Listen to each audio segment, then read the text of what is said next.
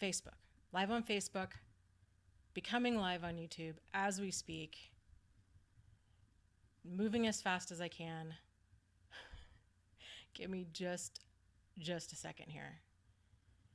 And I think there's actually like a good solid 15-20 second delay on Facebook, which is kind of cool because that gives me a chance. So let's figure this out. Liberty is here. Diana is here. Welcome. Welcome, welcome. And hold on. I gotta figure out.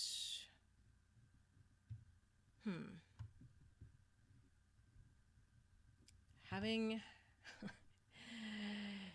no surprise, but I am having technical difficulties. Hold on just a second. What is going on? Oh my gosh. Why? Live stream, why do you hate me so much? This is really weird. Why is it doing this?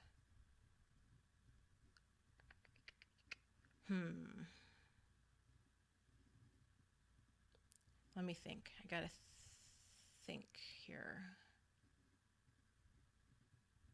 Why would it be doing this?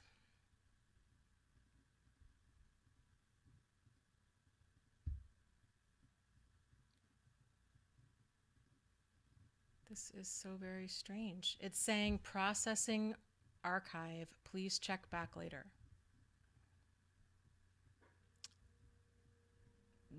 That is really weird. That is really weird. So let me get out of my YouTube channel. Let me come back.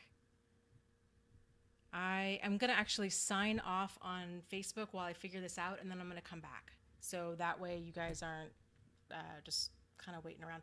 Hi, Nan. I'm having technical difficulties like you wouldn't believe. So I'm going to sign off, and then I'm going to come back on. So you guys sit tight. I'll hopefully be back on here soon.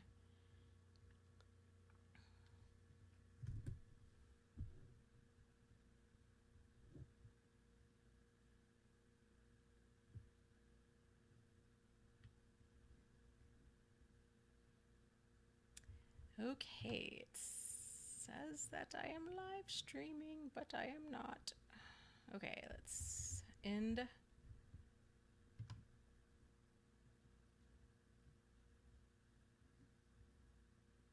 End the broadcast.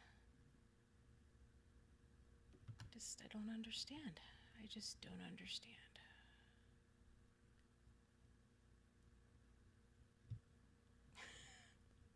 I think this works. Okay, I think this works. The stream is saying it's July 13th, but it's really July 20th. And let me see. Let me get over to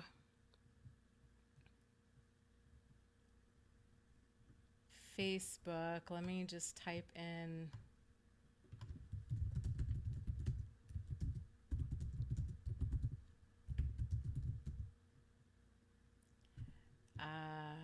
letting people know.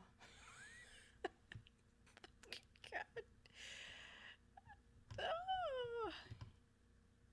You know, really, I think it's a skill. It's a skill. To have technology issues to the degree and frequency that I do, is that does not happen every day. That takes talent.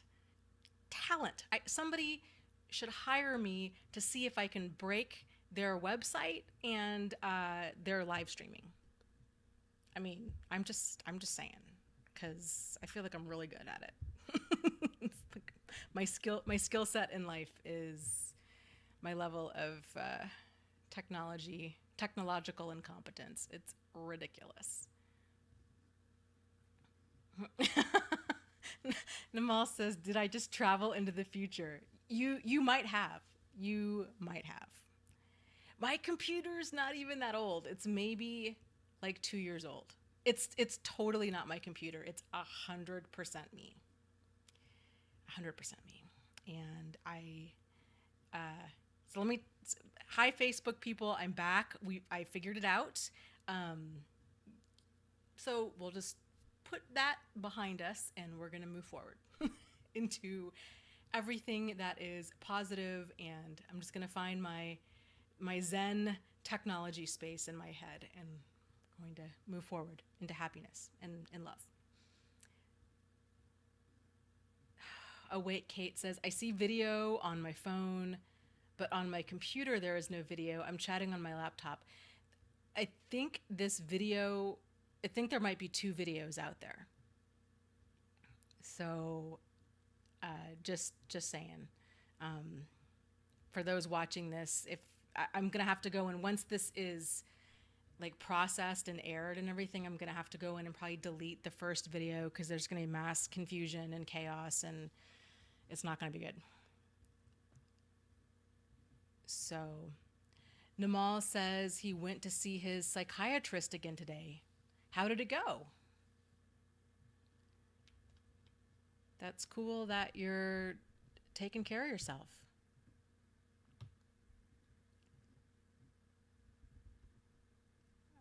Camp and Fool says, we love you anyway, kid. Well, good. Thank you. I appreciate you guys' patience with all of this. So Overcoming Understanding says she fell asleep at 9 p.m. last week, but I will try to stay awake this time. I know, you're so cute. You're so responsible. You go to bed at a good time. Rob says, Richard Grannon lost an hour on something he taped today. Did you see that? I did not see that, but that sucks for him big time. Well, and for everybody else, but that's super frustrating. Is the volume low? I tried a different spot with my microphone, so let me move it up a little bit more. You guys, I should really show you my setup that I have here sometime. It's really the most unprofessional thing you will ever see in your life. Okay, how about now? Is that better now? I'm turning the volume up. I think the volume is also, okay, volume on Facebook is good. So that is awesome. Maybe I have my microphone in a drawer. Don't tell anyone. And that way I can pull it out closer to me in theory. That's the setup. Like I said, it's rough. It's rough over here. G. Cullen says, I've been watching your videos for over a year, but in the UK. So first time I stayed awake to be able to join the live stream. Well, welcome. I am glad that you're here. Namal said, LOL, it's okay with his psychiatrist. It's better. Very cool. I had a lady today email me, and she went to her therapist, or maybe she just called. And her therapist had said, yeah, what you're describing is narcissistic abuse. Go on YouTube and look it up. And she did. And that's how she found me and probably a handful of other people too. So she's not tech savvy at all. So you can, guess how well that's going with me trying to guide her through all of this. But, she got to my website and was like, yep, this is exactly where I belong. So it's cool. It's cool that, that therapists are getting familiar with this term, and that they're recommending people go to YouTube, because therapy, therapy with a great therapist it can be just solid gold. It can be life-changing, but unfortunately not everybody can afford it. And therapy is generally 1 hour a week, whereas when people are going through all this, they really need like 100 hours a week to try to just get caught up on what's going on and everything. So yeah, so let's see. Frank is here. Laura is here. And let's see, got lots of people coming in tonight. That's really cool. So I'm going back and forth between Facebook video and YouTube. And Desert Flower says, I've been in intensive therapy for 2 months. That's awesome. Yay. Yay for self-care. Wow, 5 days a week. That's no joke. You're just pulling out all the stops. Has it helped? I agree. T. Bellavie says therapists who aren't familiar can also invalidate you more. Yeah, and that's a great point. Awake Kate says therapists only focus on you. They really do, and there's so much validity to that. Obviously, because only we can change us, right? We don't have the power to change anybody else. But if a person's gone through an abusive relationship of any kind, whether it's with a parent, a friend, a significant other, a coworker, what have you, it's very different from traditional therapy. It's almost kind of like deprogramming a person from a cult and then helping build them back up to a place where they're able to really identify, just kind of getting back in tune with who they are, or maybe getting in tune with who they are for the first time ever. So yeah. Hey, Georgie's here. Rainy is here. Hello, welcome. Yes, totally. Desert Flower says trauma counselors are the best for this. I agree completely. They really, really are.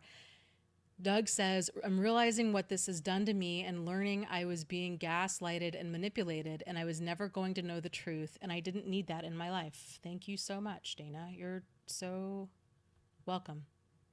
Oh, wow. Your T. Bellavie says her therapist told her complex post traumatic stress disorder symptoms were a choice and said to picture a beach. Wow. That is some really bad, unhelpful advice.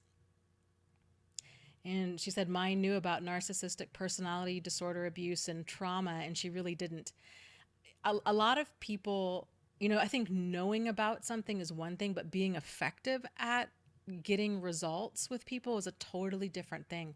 The therapist that I went to after Jack I worked at the same agency as I didn't know her, but we had two different shelters and that were like 2 hours apart from each other. She worked at that same agency. It was free therapy. And I really thought even though I didn't at the time identify what I had gone through as any form of abuse, she didn't pick up on any of it. So it's, you know, I don't know. This stuff is really tricky, and there's just so many added layers to it because we don't have the vocabulary to describe what's going on. So we're trying to fumble and say, it was like, because there's so much confusion. And so it's just kind of this, trying to articulate what we experienced and not sure if it's us or if it's them or what's really going on. So kind of in all fairness to a lot of therapists, it's probably a lot like trying to ride a bucking bronco because a lot of us are just all over the place and we don't know. We're just really lost in confusion. So postmodern cyberpunk asks, may I ask what tonight's subject is? Random rambling, which is every Wednesday night at 8:30 p.m. No, I'm just kidding. Not really. We can talk about whatever questions you guys have. So just type away and we'll answer them to the best of our abilities. The live streams don't have a set theme every week, although I'm open to doing that if you guys want to do that. I'm taking a YouTube class. I don't know if you guys knew that, if I told you that before, because I don't know what I'm doing. And they had said in the class, somebody had recommended maybe having set themes or topics for each live stream. So people kind of knew, like, oh, I would want to tune into this one or not tune into this one, or what have you. So I'm open to doing that. Frank is saying Josh is doing themed live streams. If you guys like that, we can definitely move, or we can at least experiment with it. We can play around with that format and see if that's something that people want to do. Woof and Company says, "Hi Dana, is there a correlation between NPD and one with low self-esteem and insecurities?" Yeah, personally, I think that narcissism is, even though that seems kind of backwards, it because it seems like high self-esteem, but it's not. It's grandiosity, and that's really low self-esteem. So it's kind of the same, with narcissism. It's the kind of this lack of a true self, and so they overcompensate for not really knowing who they are. And just kind of like the thought with codependency is that a true healthy self doesn't develop properly either in childhood for a wide variety of reasons, generally because a child has a narcissist as a parent. But that codependency develops, and that codependent person doesn't have a really solid sense of self either. And so as a way of kind of compensating for that, they kind of get through life being people pleasers. It's very interesting stuff. The book that we just finished reading in the book club is it's called Complex Post-Traumatic Stress Disorder: From Surviving to Thriving by Pete Walker. It is a fantastic, game-changing, life-changing book. I highly recommend it. He goes through his theories on, I don't know if they're his or if they're kind of general theories that he's just kind of written a book around. I'm not sure, but either way, they're fantastic, and talks about different kind of defense mechanisms and how people build their personality around that. It's fascinating stuff. So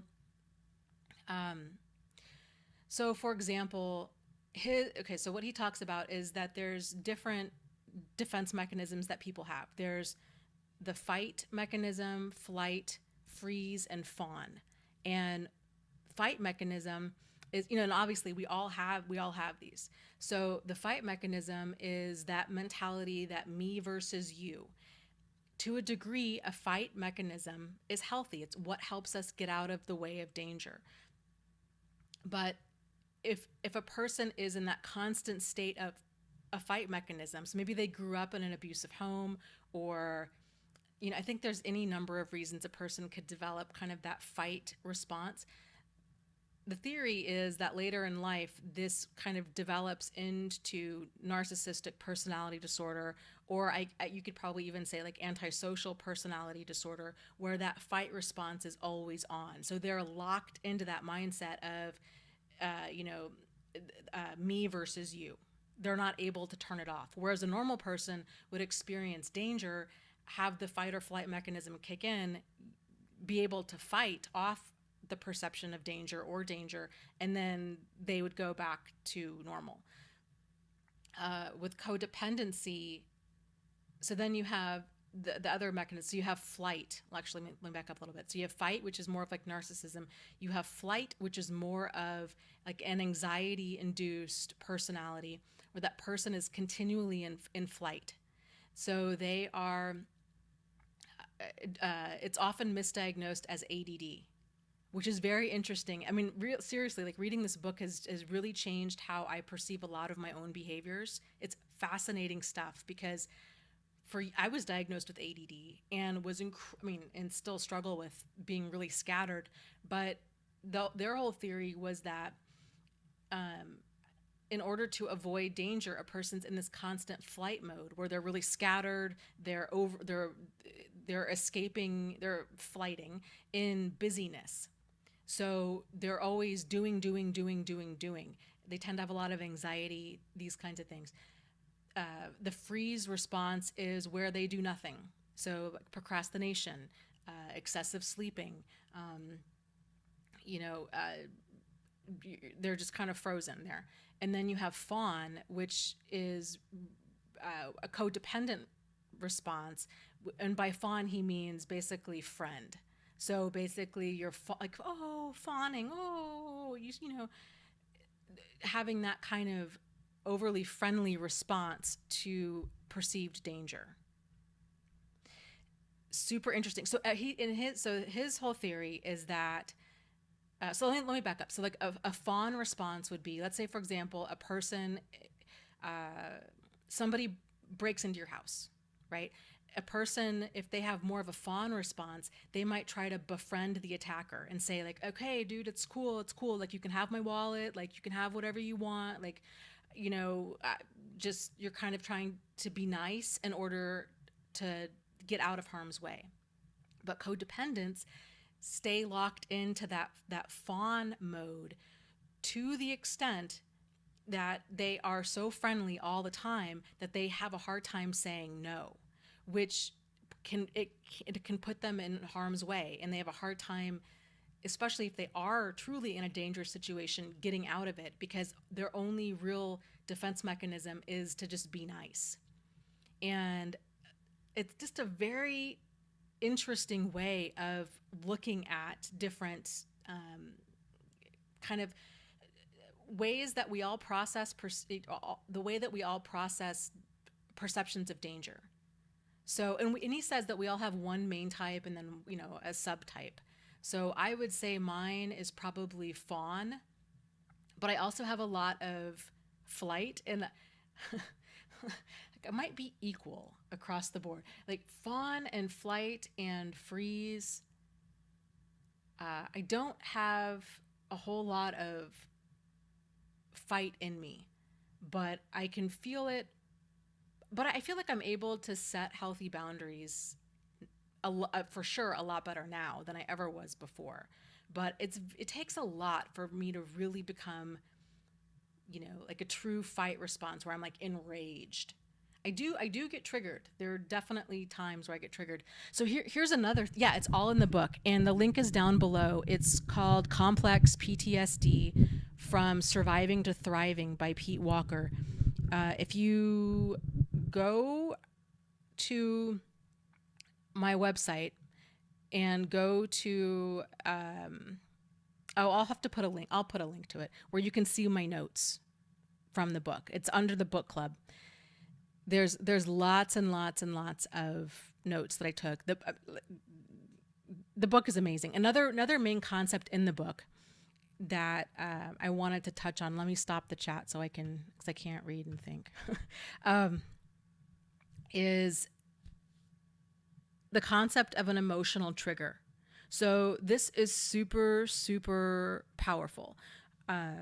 It's so like with normal PTSD, you have kind of more of a direct correlation. So let's say, for example, a person goes to war, right?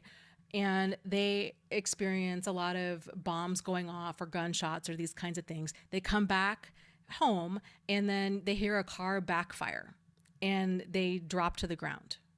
And then now they're hypervigilant and their fight response is really activated, and they're having anxiety and they're having a hard time functioning. That is more of a direct trigger. And it makes sense, right? Because we can see, like, that makes sense. Loud noise over there equals danger. Loud noise over here would still equal danger. And then that PTSD kind of stuff, generally for most people, settles down after a period of time. Complex PTSD is different in that it's not so much a direct cause and effect. It's more of an emotional trauma that a person goes through. So, and he talks about CPTSD in terms of a person's childhood, it makes total sense. I had never really thought of it in terms like that before. I had really only thought of like CPTSD in terms of after an abusive relationship. But again, like he talks about the personality formation that happens during a traumatic childhood of any kind. It doesn't need to be like extreme abuse. It can be any degree of abuse and any degree of neglect. It's kind of how that person processes what's going on with them. And so he talks about an emotional trigger, and sometimes they're more obvious and sometimes they're not. So an example of a more obvious emotional trigger might be coming across a person, like let's say maybe you have a brand new job and you hear a coworker saying, hey, Bob, and Bob was the name of your abuser. And then you're feeling like all of a sudden, you feel like the blood rush out of your body, and like you're numb, like you're just numb, and you're now feeling really hypervigilant and paranoid and wondering, wow, that was a really extreme reaction to just hearing the same name as the person that was abusive. That's more direct. Or seeing the same type of car that your former abuser has. Yeah, I would agree. Robin says Richard Grandin said it was the best book ever written on this stuff. I would agree, hands down. Like, I really almost wish he had, or he could put the book out with different titles, because most people don't know what CPTSD is, and most people don't think of their childhood in terms of CPTSD. So the book is, it flies below the radar, but I really feel like it should be required reading in all psychology classes. Really, if in life, like starting in 7th grade, it should be required reading because it's that good. So, yeah, Rainey was saying, oh my God, yes, seeing any Jeep, oh my God, yes. So that's more normal. More, like, less obvious would be, okay, so let's say, for example, a person walks in, every time they walk into a church, they feel really tense, they feel really angry, they feel really defensive, they feel they're just really on edge. And so it's easy to link up incorrect cause with incorrect effect. So maybe they think, maybe I just feel this way because I really don't agree with organized religion. That makes sense, right? That seems reasonable. But what they might find is, and maybe while they really don't agree with organized religion, that kind of over the top emotional response to something is a signal that there's more there. So that kind of intense emotional response, it might be maybe when they were a child, they were dragged to church every Sunday, and where they were forced to play like the happy family, but really they got beaten the other 6 days of the week, or something traumatic was happening the other 6 days of the week. And so they associated a lot of this anger and resentment at their parents with that 1 hour a week at church where they had to hold hands and sing songs and pretend like everything was okay. So it's not so obvious why that might be. Another example might be an intense dislike of a certain profession. Maybe your father was an accountant and you just find yourself, maybe now like you're running your own business and you find yourself really tense and angry and just very reactive whenever you are around accountants. It's strange, but really the biggest tell, if you're having an emotional flashback, is it's that feeling of, I feel like my response is disproportionate to what's actually going on right now. It's the feeling of, I feel like what's wrong with me, or why am I reacting this way, or maybe even wondering, like, I don't think I'm living in the moment right now. Because, and other people might even tell you, they're like, what is your problem? Like, what is your deal? Your mom or your dad didn't even say anything. Maybe they walked by the couch and they like fluffed a pillow, and that sends you into orbit, and you're like, quit trying to control me. And you just are really, really reactive. That would be another example of like a less obvious emotional flashback, because it's not about fluffing the pillow, right? It's about like deeper stuff that's unresolved. And so here's something else about that. People talk about, especially if you're dealing with like abusive people, they'll say, "Oh, well, why are you bringing that up? That happened a long time ago." People don't bring up old issues.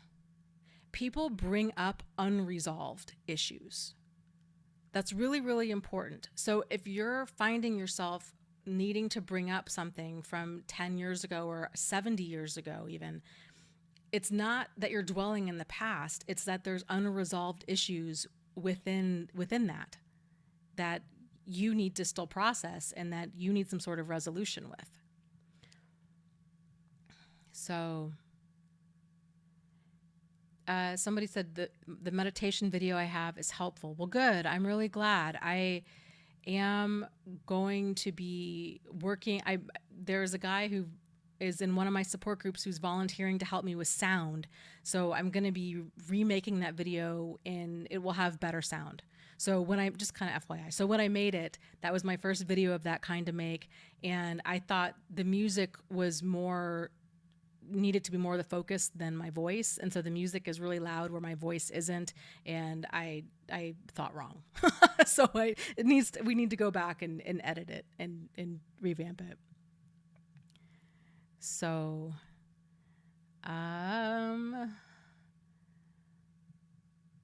let's see. Hopeful Future asks, what is ghosting?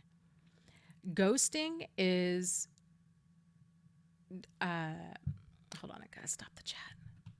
Ghosting is when a person just ups and disappears. So this is not to be confused with going no contact. These are two very different things. Ghosting is more of when you're talking to a person on a regular basis, generally like an emotional manipulator, and things are going really great, and maybe you're talking about even like getting married, and everything's great, and then all of a sudden they just fall off the planet.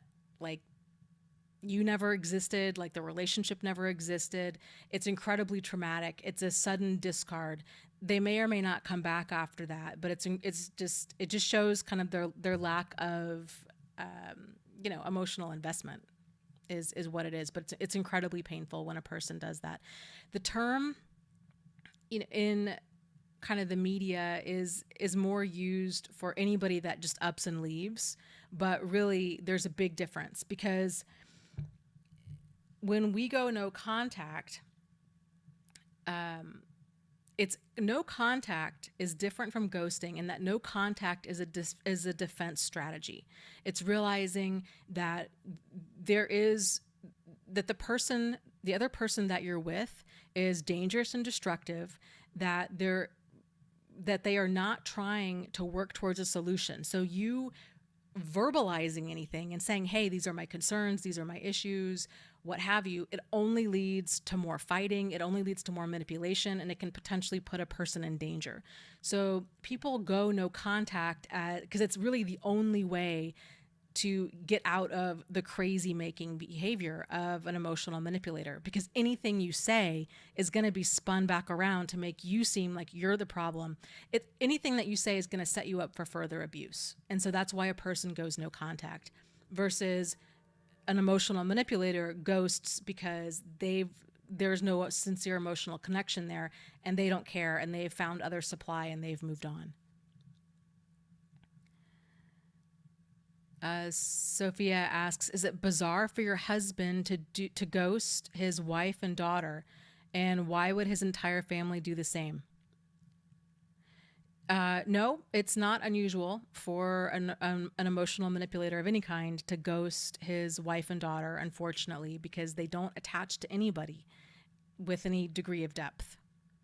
And they just, it's really, really all about them. And it's so hard for other people to understand that, because we are bonded to other people, and so we don't understand how a person, especially if they can talk a good game, especially if they're saying all the right things and then they just up and disappear. That's very confusing and very crazy making. And So, and why would his whole family also do that? Most likely because he's spun everything around to make himself the victim of you, and has, because they do that. It's kind of, it's just this weird, I don't even know what you would call it. It's like a form of like reverse projection where they're in denial about all of their behavior. And so they paint themselves as the victim of the situation. Whether or not that they truly believe that, I don't know. I kind of think that a lot of them do. It's there's a lot of wiring in their brain and their thought process that is, it's tangled. Like, it's not right. So, if a person's truly convinced that they're a victim of a situation, then they're going to tell other people their side of things. And then other people, that's how people become flying monkeys, because they they believe the emotional manipulator, because oftentimes the emotional manipulator is so sincere, and they think, oh, this poor person, because they've never maybe seen that side of them before. So they, go to their rescue, think, and then of course, then they become very much in support of their behavior, thinking that they're not the problem. So yeah, it's many different levels of crazy making in all of this. Mary says, Dana, I met someone new and it seems a little boring. I've only ever experienced love with a narcissist. Is a real relationship boring compared to narcissistic love? That's a great question. Yes and no, I guess. There's not that level of intensity, and there's for sure not that whole, like, what's known as the sweet mean cycle in abuse. So emotional manipulators will take a person to the highest high, where it's like a fairy tale or a movie, and then they drop them to the lowest low. So if you listen to people when they're describing these kinds of relationships, they'll often say, man, the good times are really good, but the bad times are really bad. Or this person has kind of this Dr. Jekyll, Mr. Hyde personality. Normal people don't have two very different sides to themselves like that. And that's where that level of intensity comes from in a narcissistic relationship, because when the good times are good, they come on fast and furious. They want to talk to you for hours every single day. They make you their whole world. There's oftentimes that whole idealized phase where there's this future faking, and they're sending you chocolate covered strawberries on your birthday, and they do a great job at being very over the top. They're sending you big bouquets at work. And then the bad times are them, cheating, lying, manipulating, abusing, and so on. It's all the stuff that you find out kind of after the fact. Normal relationships don't have that. Normal relationships have, people can, obviously are not perfect, but a person's bad behavior does not include abuse, addiction, adultery, or any type of problematic attitude such as gaslighting, or any degrading, demeaning, diminishing kind of behavior, which was all abuse, really. So you know so that those kinds of highs and lows, people can confuse those for passion and intensity and love, but they're not, and normal people don't have that. So an example of, let me give you an example of that. Let's say, for example, we had a great example in the forum the other day, but I don't want to use that on air. Hold on, I gotta think. Let's say, for example, it is your birthday, and the emotional manipulator says, you know what, we're going to go to Disney World, or I'm going to take you to the ballet. We're going to have this amazing birthday celebration. And you get all excited, right? So now it's this upswing because it's over the top, right? It's this over the top display of affection. And then they later tell you, oh, you know what? I can't make it tonight. Something's come up. Or they break up with you. And so now you're down to like the lowest of the low. Like you just feel awful because that's a big way to fall, right? Long way to fall. And then maybe that night they show up at your house at 11 o'clock at night and they have flowers and a cake with them. And so now you're back on this like this huge upswing of, oh my gosh, this is so romantic and I'm important after all. So it goes from I'm incredibly important to I'm not important at all to I'm incredibly important, I'm not important at all. That's a crazy train, and that's a really hard way for anybody to live. So that's kind of the level of intensity with the narcissist or with an emotional manipulator. Again, normal people don't have that. So it can seem a little flat and boring at first. But then also, I think you have to kind of ask yourself, too, because I think a lot of people, myself included, fall into this, or at least fell into this, especially after, if you're trying to date like right after a narcissistic relationship where you are basically dating with the mindset of, I don't want to date a narcissist. So you're finding yourself maybe attracted to people that feel safe, people that you might not normally be attracted to because you don't have that much in common with them, but you think, oh, well, but this guy or this gal is nice and they're good to their kids and they have a job, and you're kind of just looking at the bare minimum criteria, but but lots of people fit that bill. So it's important that you find somebody that you've got a lot in common with and that you enjoy being around without that love bombing. And finding that balance can be tricky at first. And this is why I think it's really important to not date for a while after a relationship with a narcissist, because we don't know which end is up. We might think that we do, but we don't. And it's sort of like after you go through a divorce, people say, do not do anything for a year. Like, don't move, don't quit your job, don't do any major life change for a year. The reason being is because whenever we go through anything traumatic, we're not thinking clearly, but we think we are. So people think they have a ton of clarity after a divorce. They quit their job, they move out of the state, they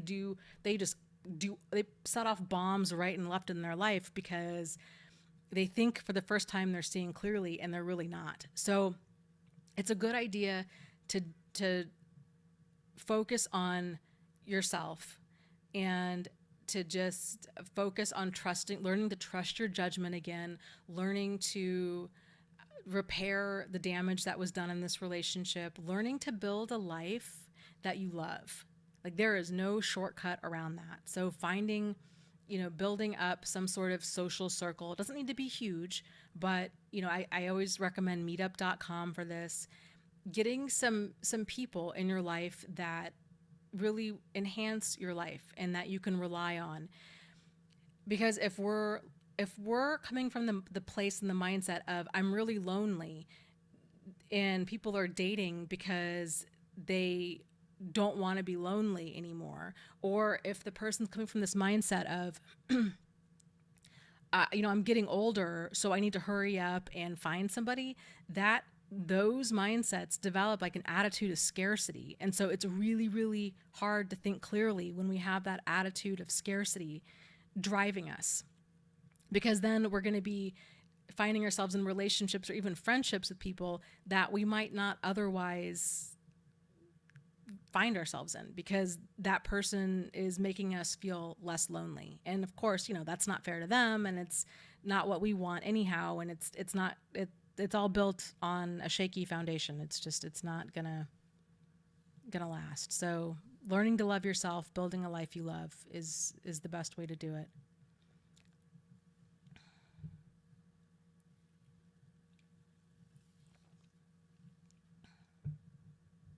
Okay. Della Rose says, I feel I'm not clear, but I must take important decisions or make important decisions about life and work, and I feel it, I'm not clear at all. Okay, if that is the case, I would do the bare minimum and make the decisions that you need to make to kind of keep you in a holding pattern right now. So if you've got to make some important decisions, make the ones that are maybe as least committal. So I wouldn't, if you're in business, I wouldn't say this is a good time for you to think about investing in another company or taking out loans or doing anything really major, because there's a really good chance that your judgment is really off. So, if you've got to hire people or whatever, and you may have, if you're in business, having other people that you feel are a good sounding board to bounce your ideas off of to see if you're thinking clearly or not. I did that a lot after my relationship. My judgment was so crazy, and not even judgment, but I mean, for sure judgment, but like thought process. It was weird. Like, I mean, this is a really minor example, but little things. Like if I had a series of, I don't know, 4 or 5 errands I had to run that day, I had a hard time prioritizing which one to do first. Or, things like if I was going to go to the grocery store and buy ice cream and it was July and then I had 3 other errands to do, normally I would do that last so my frozen stuff wouldn't melt. But I would do that first and then forget and then get upset with myself and then things would melt, or and then it was like, then I would get into this whole kind of spiral of what is my problem? Like, why am I not thinking clearly? And it kind of, that led to feeling more of a scramble. Like, oh, I need to somehow do more. I need to get out of this quicksand that I felt like I was in. But really the more activity I did, the worse things got, but I wasn't seeing that. And so then I was doing things like reading up on time management and reading books on, all of like personal growth and self-help. And that was having the exact opposite effect, but I didn't realize it at the time. And so I kept thinking like, I just need better strategies. I just need more. And then I was getting really fixated on trying to find a solution, but really the solution was I just needed to be still and do nothing until I could. Same with quicksand, right? So like the solution, if you find yourself in quicksand, is to quit moving, because the more you move around, the faster you sink. It's interesting stuff. Dwight asks, what is gray rock? So gray rock is a technique that can be used with any type of emotional manipulator. And it's where you become as exciting and as reactive as a gray rock, which means not at all. So the whole goal with going gray rock is you want to seem just really unexciting, because emotional manipulators love to get a rise out of people. They love to push people's buttons. They love to provoke emotions like jealousy, like fear, like anger. So, and those emotions could be things like talking about their new boyfriend or girlfriend, or and then playing it off. And a lot of this can be very hard to spot. So they might do things such as saying, oh, I really want to still be friends with you. And then next thing you know, they're texting you like a week later and they're telling you about their sexy new neighbor or their sexy new coworker. They're not stupid. Like, that's designed to make you jealous. That's designed to make you insecure. But they're playing it off like, oh, but we're friends now, right? Like, we're so cool. And so I'm just going to tell you everything. And so then if you mention it to them, like, hey, that you have an issue with it, then they're going to play it off like, well, I thought we could be friends. And so you see, now really it's you're immature because you can't handle us being friends. But no, really it's, they're provoking this emotion of jealousy, and you guys are out of a relationship and you still have feelings, and the whole thing is crazy and toxic. That's one example. I mean, there's many examples I could give.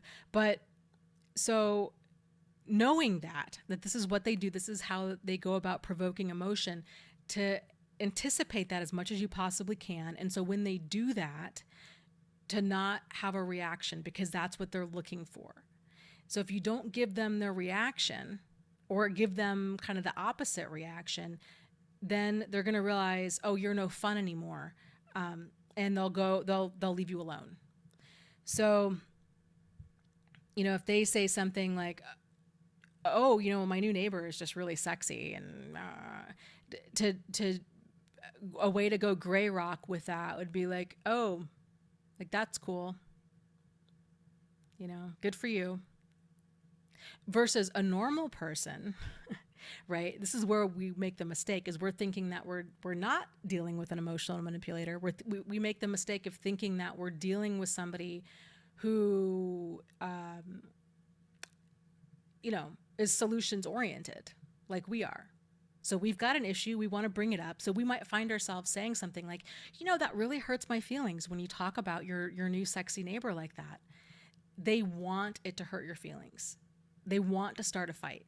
They want to get into a fight because they want to win. Because everything about them is about winning. It's always, always, always, always win, lose, win, lose, win, lose. Always. You could be making French toast and they're going to turn that into a win-lose situation by like hiding the syrup or hiding the eggs or do you know what I mean? Like it's always something.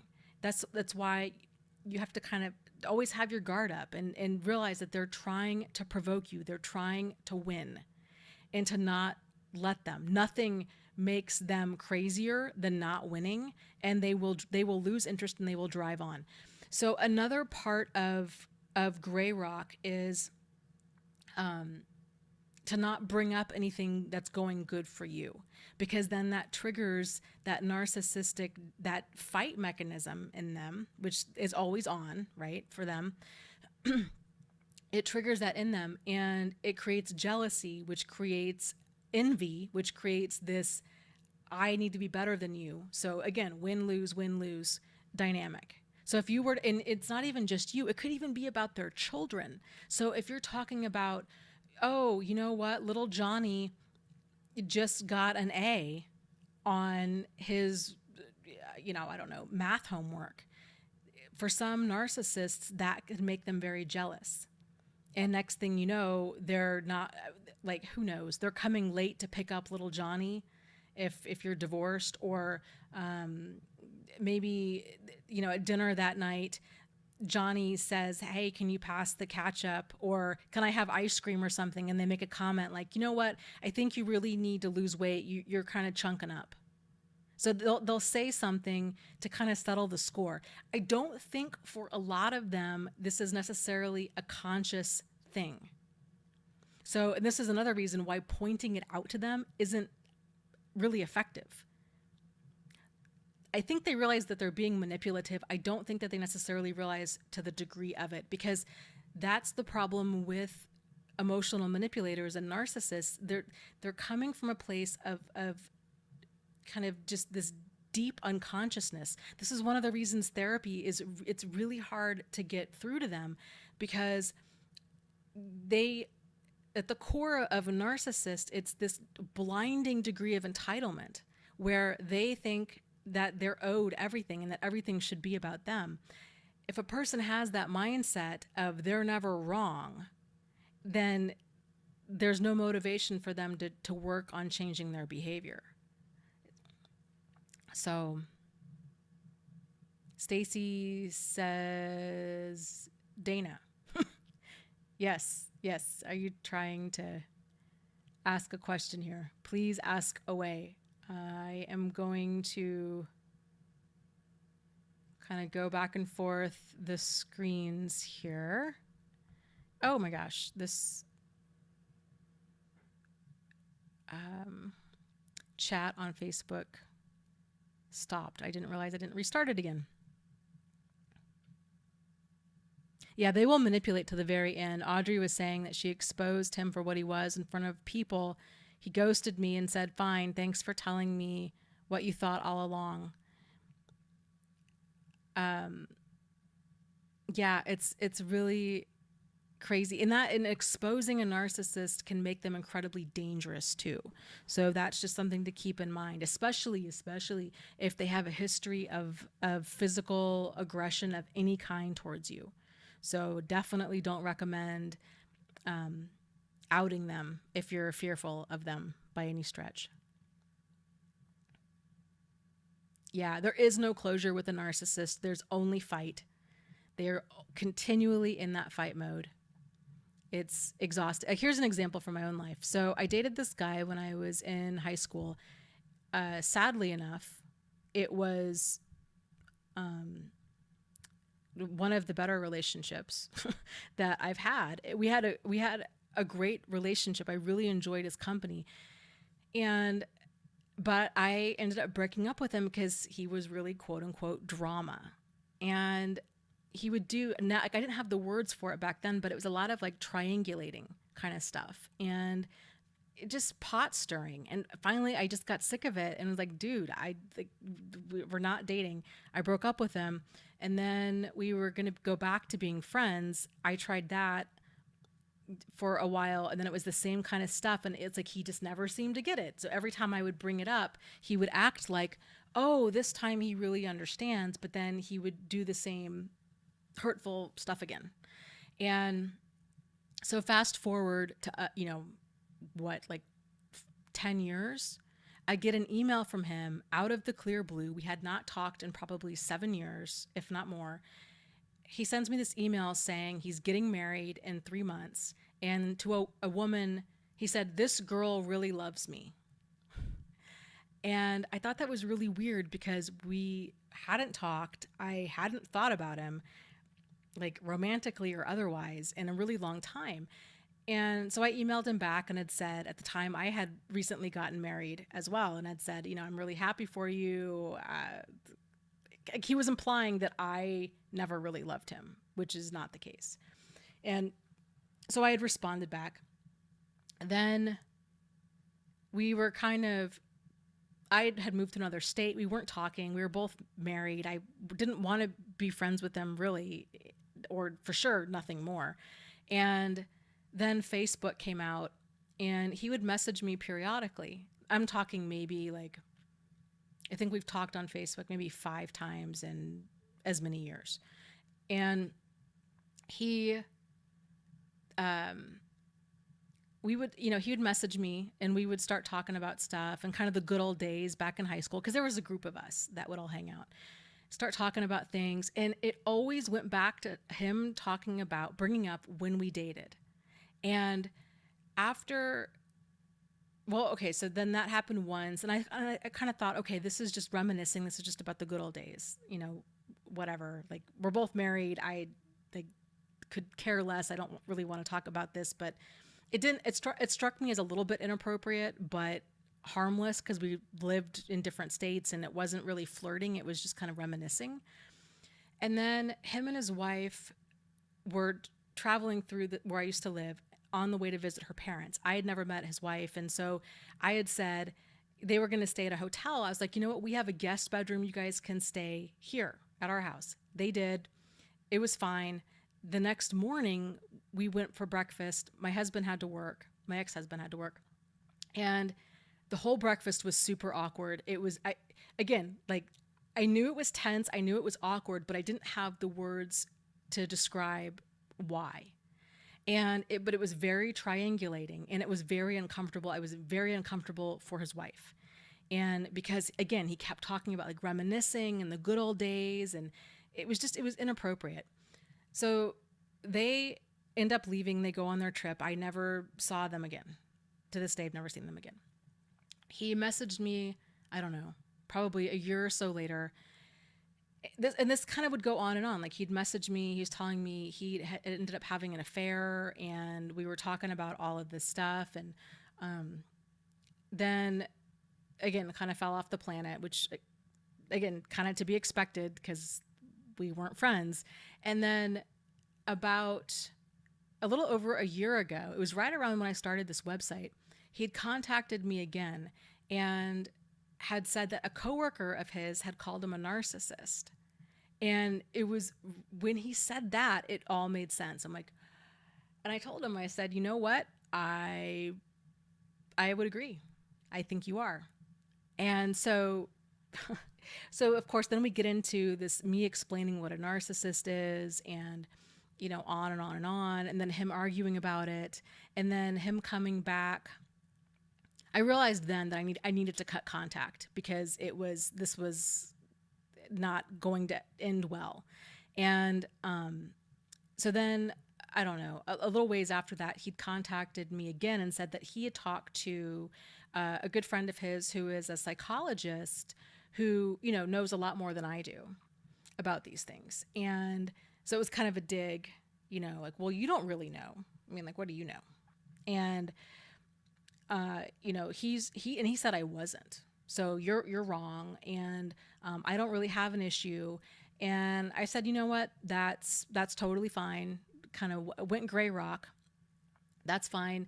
I don't like, actually, no, I didn't even say I didn't want to talk to him again. I just said, okay, that's great. Whatever. I unfriended him and blocked him on Facebook, and just thought, you know what? I'm done. Like, there's no winning with people like this. I just want this guy out of my life. I don't care. Like, I don't care.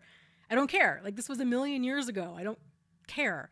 And so then on my birthday last year, he sends me a message through Facebook with a fake account saying, I thought it was your I saw it was your birthday, and I wanted to wish you happy birthday. I saw that you blocked me. I really thought you of all people wouldn't judge me for the things that I've done. And so it was this whole guilt trip. It was a pity ploy. It was, all of these things. Of course, it was on my birthday, which is designed to provoke an emotion. And, obviously, if somebody doesn't want to talk to you, if they've blocked you on Facebook, probably a good response is to not create a fake account, to message them on their birthday to try to get clarity. So the fact that he did that just reinforced to me that, yes, he is an emotional manipulator, and I'm done. And I didn't respond to him. But yeah, it really ruffled my feathers for like a good handful of hours that day. And that was what it was intended to do. So that was kind of a long story, but Hopeful Future asks, how do I break it off with this guy? We haven't even made it to our first date. I feel like at least giving him a chance on this first date. There have been a few red flags. Well, I guess it depends on what the red flags are. So, but you don't owe anybody anything.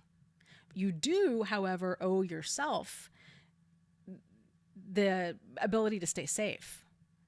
So emotionally or physically, I should say.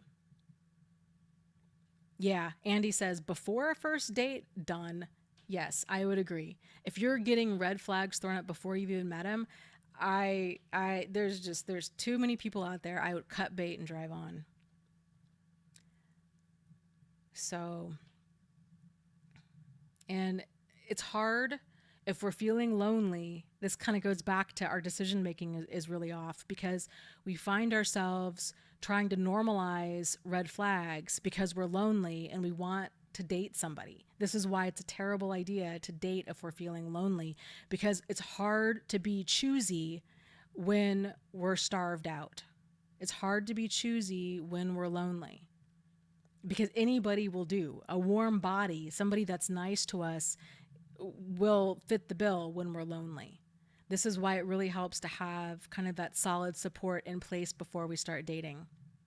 Because if we start dating, then if we're very quick to make that new person our whole world, and especially if they're doing a lot of love bombing and we're spending a lot of time talking to them, it can be really, really, really hard to walk away from it. That's how people oftentimes get sucked in by an emotional manipulator. So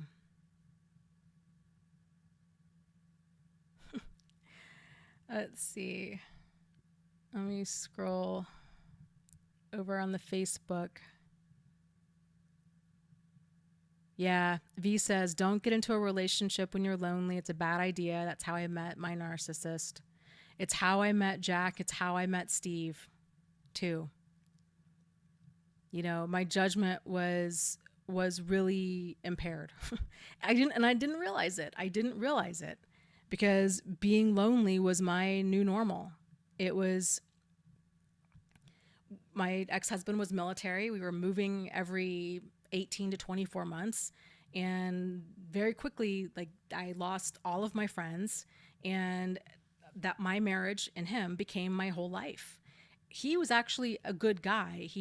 We just, there wasn't that connection between us. And so I just had gotten used to not having friends. I'd gotten used to being really lonely. And so when we divorced, I kind of looked around and realized I don't even really know anybody in this state anymore because everybody we knew was military and they had upped and moved.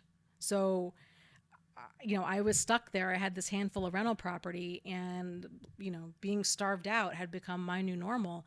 So when, you know, Jack came along, there were red flags, but they weren't super obvious. And so it was really easy to gloss over them. And then later down the road, same with Steve.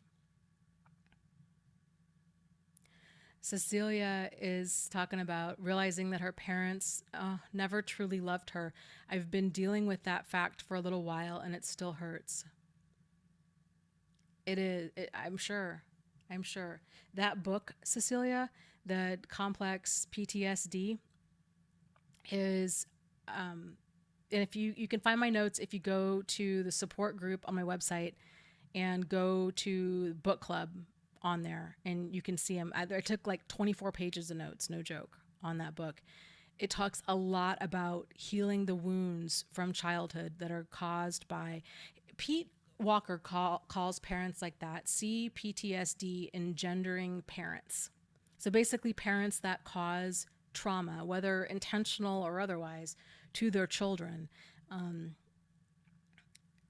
Kind of understanding the dynamics that happen to us in childhood and the trauma, the resulting trauma and the resulting personality style that we develop to cope with that, and then how that impacts us later on in life as adults and kind of who we choose. Super interesting stuff.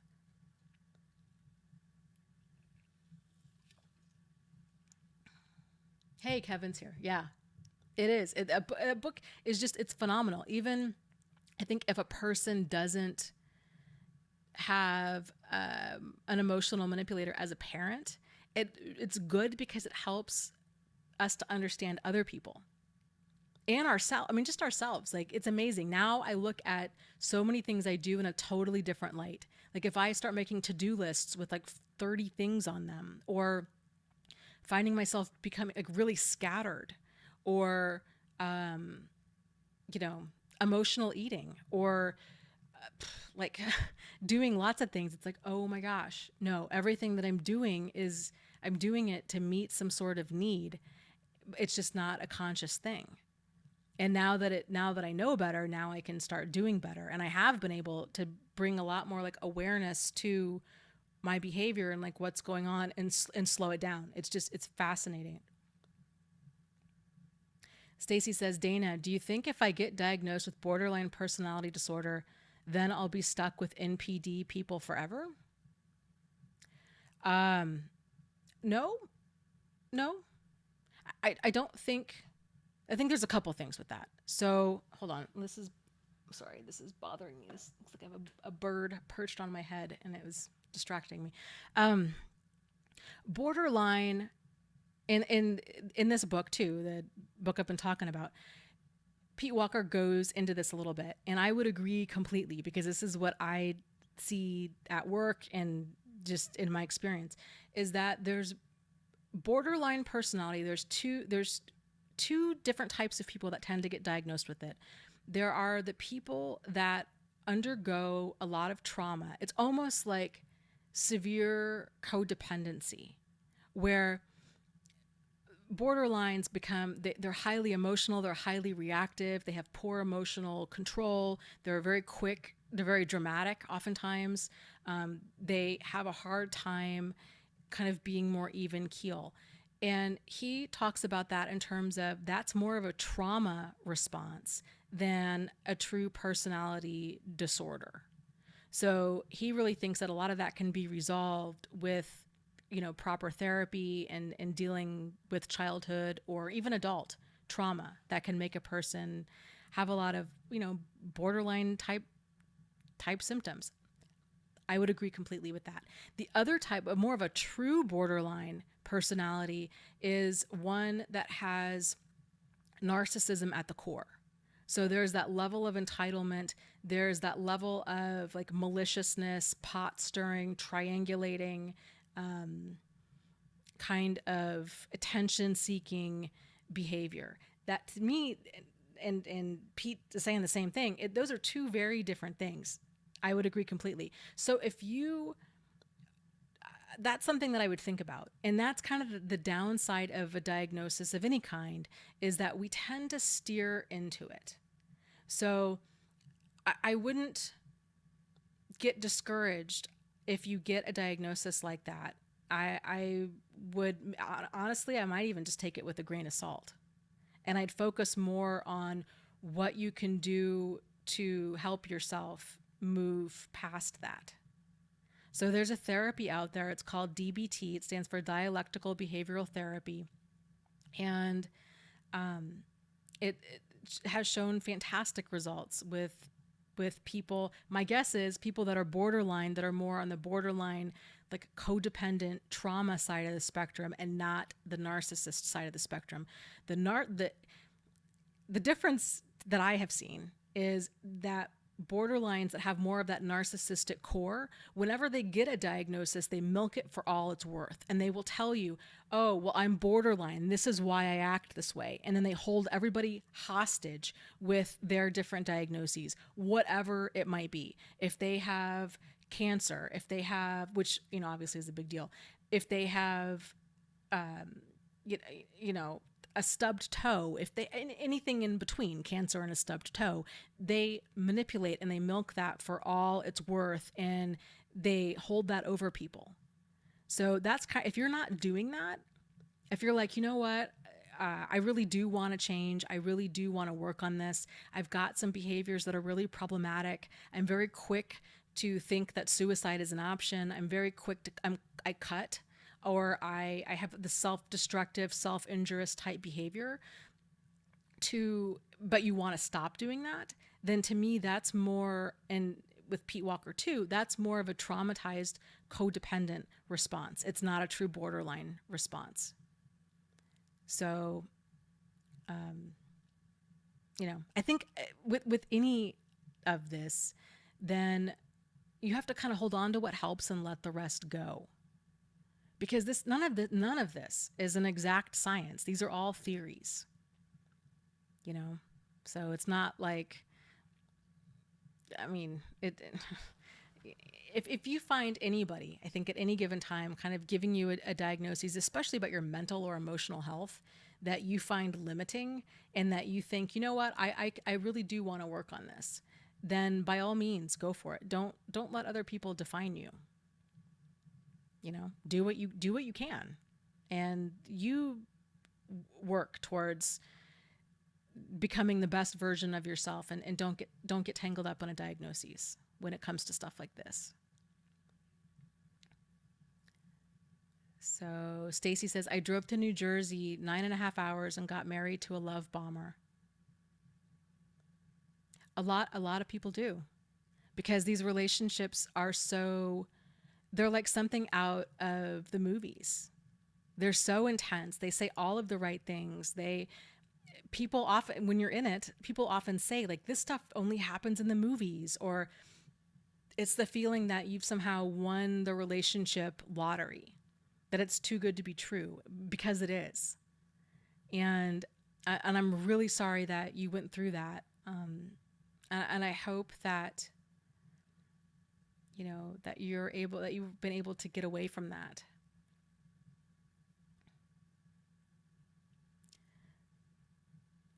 So yes, Allison says, anybody start to show signs of narcissism after they've been abused by a narcissist for a long time?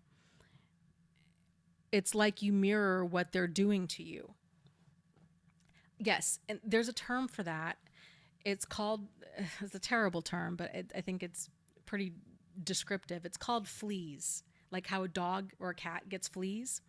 If we're around a toxic person or a person with problematic behavior to any degree for any length of time, it's really common that bad behavior rubs off on us, especially if you were dealing with a lot of well, anything really. I mean, gaslighting or emotional manipulation or anything where you had to develop some different coping strategies or different ways of communicating or not communicating in order to stay safe, in order to avoid that.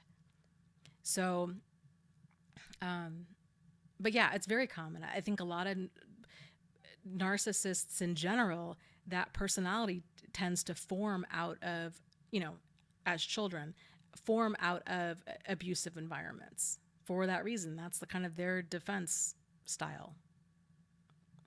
So, but again, like with anything, if you're finding behavior in yourself and you're like, you know what, I do not like that about me, or that I really need to work on that, or that's not the person that I want to be.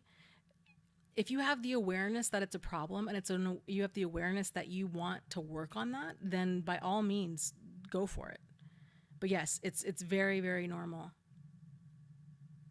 Allison said, he accused me of cheating all the time and I started doing it to him. Well, okay, so that sounds very like passive aggressive. So a lot of people, instead of, which makes sense, a lot of people that, especially that are more on, the codependent side of the spectrum. So they have a hard time with saying no. They have a hard time being assertive. They have a hard time, I guess, with being assertive. They don't want to leave. So they don't want to leave the relationship. Then they start to do things like that. So other examples would be, slamming doors or burning dinner or shrinking somebody's clothes in the dryer, or, if it's built up anger and frustration, if you're constantly being accused of something, then going out and doing it to try to settle the score. So I guess that's really kind of what it is. That's at the core of that passive aggressive behavior is, instead of being assertive and trying to reach a solution, because there is no solution with an emotional manipulator, it's the idea of, since I can't win because they always win, because that's not because they're always right, but because you can't fight. You can't fight with them. You never will win an argument, not because their argument's better, but because their level of crazy making illogical arguments, you can't battle that because it's not logical. So if a person realizes, I'm in this no-win situation with this person, I can't win, all I can do is settle the score, then that's what a person's going to do. They're just going to try to settle the score, instead of, a healthier response would be to actually just leave the relationship. But that's really hard to do for a lot of different reasons. So but yes, that's very normal. And a lot of codependent people too another way to cope with this is to try to numb out, because they don't want to leave for whatever reason. Maybe they can't afford to leave. Maybe they have kids with this person and they're terrified that this person's not going to pay child support, or that this person's going to somehow get full custody, or they don't have a job, or, there's any number of reasons a person stays in an abusive or toxic relationship. But they might think, okay, I can't leave, or I feel really stuck, so I'm just going to start drinking. I'm just going to start eating, or I'm going to stop eating. Like they're going to find ways to try to self-soothe and numb out to what's going on. Very, very, very common. Kevin says, I was doing everything to make her happy. The problem was I forgot what made me happy. And that's the problem. I don't know if it was in that book that we just read for book club or where, but I read the greatest quote the other day. I think it was in that book. And it said, basically, the price of being in a relationship with a narcissist is self-annihilation. And I thought that was so well said, because that's exactly what it is, because they are a bottomless pit. and we can give and give and give and give and give, and no amount of fawning, of people pleasing, of caretaking, of reassurance is going to fill their bucket. Like their bucket is, it's got a hole in it, and we can't fix that. And it's so draining because we're giving at the expense of who we are. So ourselves, that this is where the whole concept and the term like energy vampire comes from when we're talking about an emotional manipulator, because you give all of you to them in hopes of having some sort of relationship with them. But that, I mean, it's draining. It's beyond draining. I mean, that can drive a person to suicide, because then they really do become just a shell of themselves, and it's hard to get back. So, yeah, Liberty says, he told me from the beginning, you're going to have to forgive me a lot. So let's talk about this real quick for a little bit. If a person is saying things like that, or there's red flags like that, where you think this seems like foreshadowing, take that seriously. And again, hindsight is always 2020 with stuff like this. But I experienced something similar with Steve, and it's interesting that you bring that up, because I hadn't really thought about it a whole lot until you said that. When we were dating, he kept bugging me to see the Johnny Cash movie, and I'm just not a huge movie person, and so we finally watched it together, and I was horrified by it. I thought, oh, this is before I really knew about narcissism or codependency or anything, and I at the end of the movie, I turned and I looked at him, and I just told him, I said, I just want you to know that would not be me. That his Johnny Cash's wife, was it June? I forget her name. He basically dragged her through hell, and she felt like she couldn't leave, because I think this was her third marriage, and this was back in like the 60s, 50s or 60s. So, but that was June Carter Cash. Yep. But what was so problematic, I mean, there was lots of things about that movie that were problematic, but in large part, that this super toxic dynamic between Johnny Cash, who was driven by his addiction. He was also a womanizer. The core of him was very narcissistic with the addiction, because addictions will make a person, even if they're not like personality disordered, when an addiction is driving the train, it's addictive. So a person's being driven by their addictions. Like there is no healthy relationship with a person who has an addiction. So, but he also had a lot of like personality stuff going on. And she spent, decades trying to get him sober, trying to rescue him from his alcoholism, from the drug addiction, from the cheating, from the womanizing, from the poor financial management, all of it. And their whole story was wrapped up as, look at what a beautiful love story it is. And it's not. It's the essence of a dysfunctional relationship. So, but I think he wanted me to see that, because that's exactly what his wife has been going through, just dragging her through hell with addiction, with women, with money, with all of it. So it's, again, normal people don't say things like that. Normal people don't joke about things like that. So if a person's giving you clues as to their character or their behavior, it's a lot easier to get out sooner than later. But again, one of those things, it's, hindsight is 2020, because most of us don't even realize that these kinds of people like truly roam the earth, or that if they do, that we would be able to see them coming.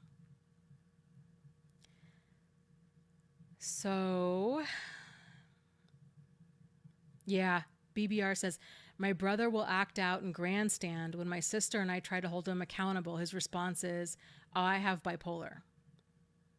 Yes, a lot of people will do that. And they might even be bipolar. right? But a person can have a mental illness and a personality disorder. So, and an addiction. So it can be hard to kind of see what's going on. But if their behavior is like pervasive and persistent, and it's not changing, and it seems very manipulative, and it's consistently like that, then that's more personality stuff. That's not so much addiction. Addiction, you can tell what you're dealing with after a person has an amount, a certain amount of like clean time. Or if they're mentally ill, like bipolar, if they're medicated, then they tend to become more stabilized, and you don't have, you know, you don't have that kind of stuff. So, but again, bipolar too. If a person, not just bipolar, but if they have any type of mental illness, if they're medicated and they're stable, that's great. But some like degrees of mental illness, medication, it might help to some degree, but it might not help enough. It's there was a gal the other live stream who was talking about, I think her partner, they had a great marriage, and he'd gotten in a car accident and had a brain injury, and because of that had a massive personality change, and she felt incredibly guilty leaving. But a lot of times too, like with closed brain injuries like that, you've got a person, they might be very quick to anger. So whereas before they were fine, but then all of a sudden they might fly into these violent rages where they didn't before. So it might not be like a personality disorder. There might be other stuff going on. But if a person's behavior for whatever reason is putting you in harm's way, then you have to distance yourself from it. And I know it might seem really mean and cruel, but it's mean and cruel to sacrifice yourself in order to try to save somebody else. I mean, we can't be somebody else's emotional or physical punching bag for whatever reason. Doesn't mean that we necessarily have to cut people out of our lives completely, but at a minimum, we have to move ourselves to a place where we're safe. So,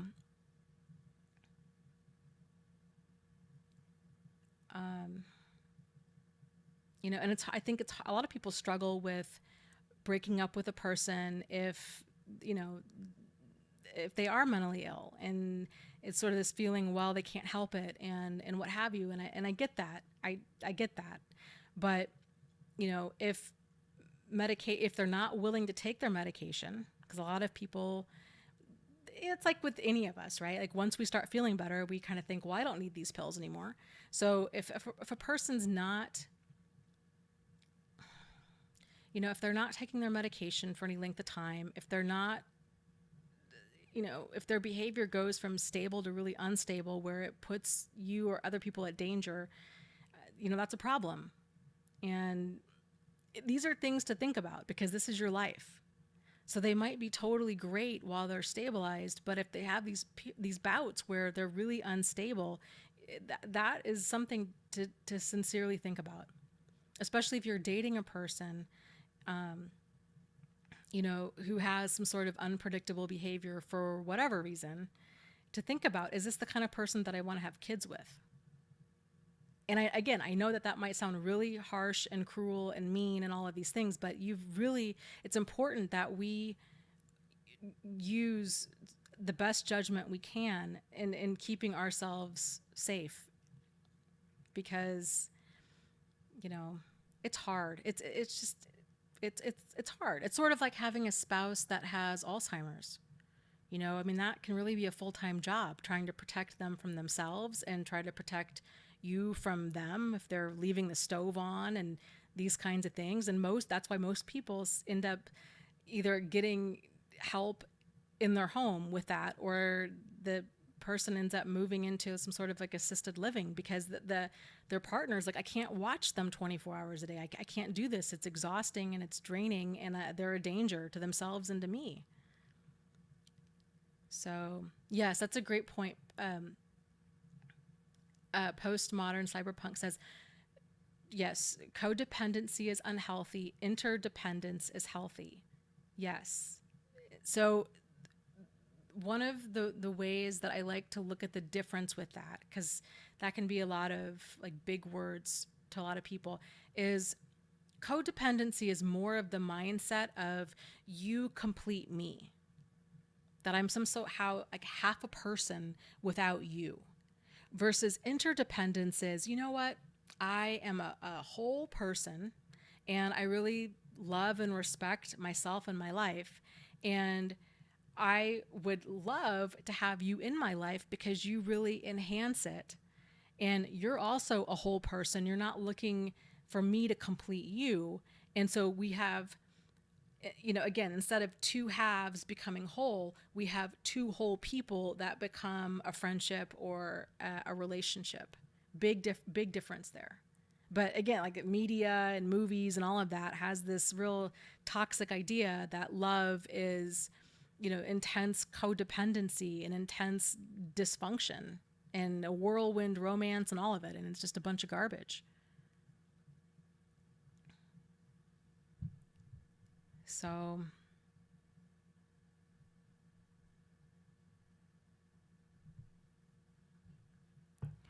and Dwight brings up a great point. Hold on, I'm thirsty here.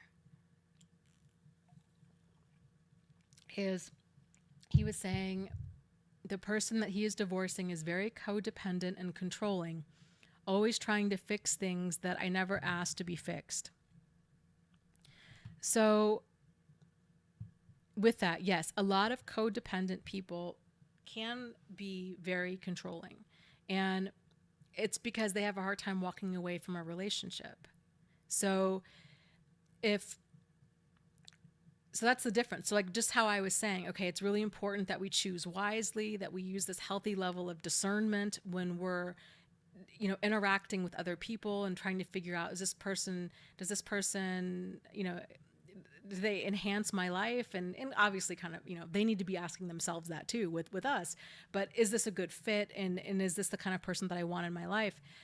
Codependent people, because they're often operating from this place of, I'm incomplete, you complete me, that they cling on to other people because they're dating or befriending people out of loneliness, and then instead of having deal breaker behavior, they hang on and then they try to get that person to change.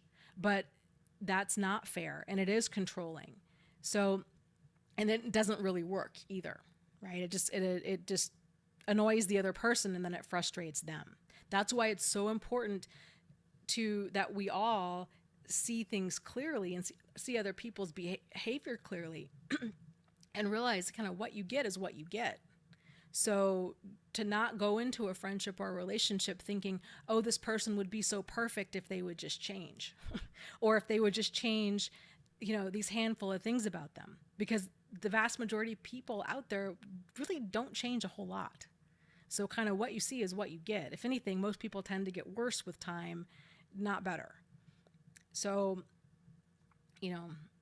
to deal with what is and to see people clearly instead of seeing them for how we want them to be. And that's a hard pill to swallow. And it's hard because oftentimes with an emotional manipulator, they sell you this idea of that they are this perfect soulmate for you. And I think that's another reason a lot of codependent people have a hard time walking away, because those kinds of relationships can really foster this level of neediness and this level of intensity that they might have never really felt to that degree before in their life. So where they kind of feel like, okay, this person is like Prince Charming or Princess Charming, and I need to make this work. And so now I'm finding out, oh, they were totally perfect and right for me up until I found out that they get really angry, that they drink secretly, right? They're drinking in the car, in the garage, or that they yell when they get upset, or stuff starts surfacing, and it tends to be kind of a slow process when that stuff surfaces. And it makes sense. Like I get it, where people start thinking like, okay, well, this can be saved. This is just the normal highs and lows of a normal relationship. We can get through this. This is workable behavior. But, they kind of keep going around that same mountain time and time again, where it's the same behavior over and over again, no matter how many times they go to rehab or therapy or they promise to change or whatever. They just get better at hiding their behavior. So, it's hard. It's hard. It's hard to walk away, especially when a person seems like they could be so amazing if there were just these certain things that would change, because that's, and in large part, that's part of the fantasy that they sell us. And here's the thing too, is with these relationships, emotional manipulators manipulate vulnerabilities. I think it's really important to talk about that. They manipulate vulnerabilities, and because we're we're all human, we all have vulnerabilities. And there's nothing necessarily wrong with having vulnerabilities. It's just important that we're aware of them. And we're going to have different vulnerabilities throughout our life. So if you have a birthday that ends in a 5 or a 0, that can be a vulnerability because the clock is ticking. Or, you're new to a town and you don't know anybody, or you're recently widowed, or you're a single mom, or you're a single dad, or you just turned 35 and you don't have kids and you want kids, or you're broke and you're scared. So again, like, there's all different things that can be a vulnerability for a person. It's really important that we're in tune enough with ourselves to realize what our vulnerabilities are, because emotional manipulators exploit them. And this is why you get a lot of different people that get caught up with emotional manipulators. So, because sometimes if they're, and they go from, they choose their targets based off of what kind of supply they're looking for. So they might be looking for money, they might be looking for housing or transportation or sex or social status or public image. And so based on whatever they're looking for is who they're going to target.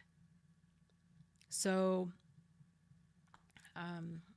if they have a really well-known family, if they're like a Kennedy or a Kardashian even, if a person's really looking for status, then they might be really love bombing them, trying to weasel their way in and get married to somebody that has, high social status, or, kind of what, but again, like I said, everybody's got their vulnerabilities, and these relationships don't often start off as problematic. They often start off as a fairy tale, and then they just slowly, gradually disintegrate into a total nightmare. And anybody really can be susceptible to them, because the good ones out there, the real like sociopaths out there that are incredibly charming, they're really good at what they do. And and not just with like relationships, but like the Bernie Madoffs of the world, where they're manipulating people financially. They're able to hone in on what those people, like, what do those people want? They want to make a lot of money. They want a good rate of return on their money. Well, that's what I'm going to promise them. And then I'm just going to, kind of give them enough hope and give myself enough kind of credibility that they're going to believe what I say. But then everything's going to start kind of falling apart. And, it's just like, it's... yeah. So,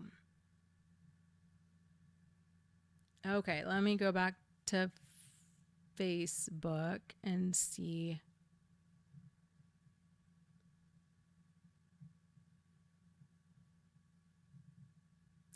Yeah, interesting. Liberty says, my narcissist actually drank out of a sippy cup for a bit. He had the same sippy as my toddler. I'm guessing he wanted a mother figure. Either that, or it was kind of his way of manipulating, because a lot of them will have that duality about them, where on one hand, they seem like this super savvy, highly manipulative, cunning, conniving adult. But then on the other hand, they seem like this just like frail and, pathetic, kind of baby bird with a broken wing type figure, where we feel really bad for them. So, but again, it's all part of the manipulation. And that's what that could be.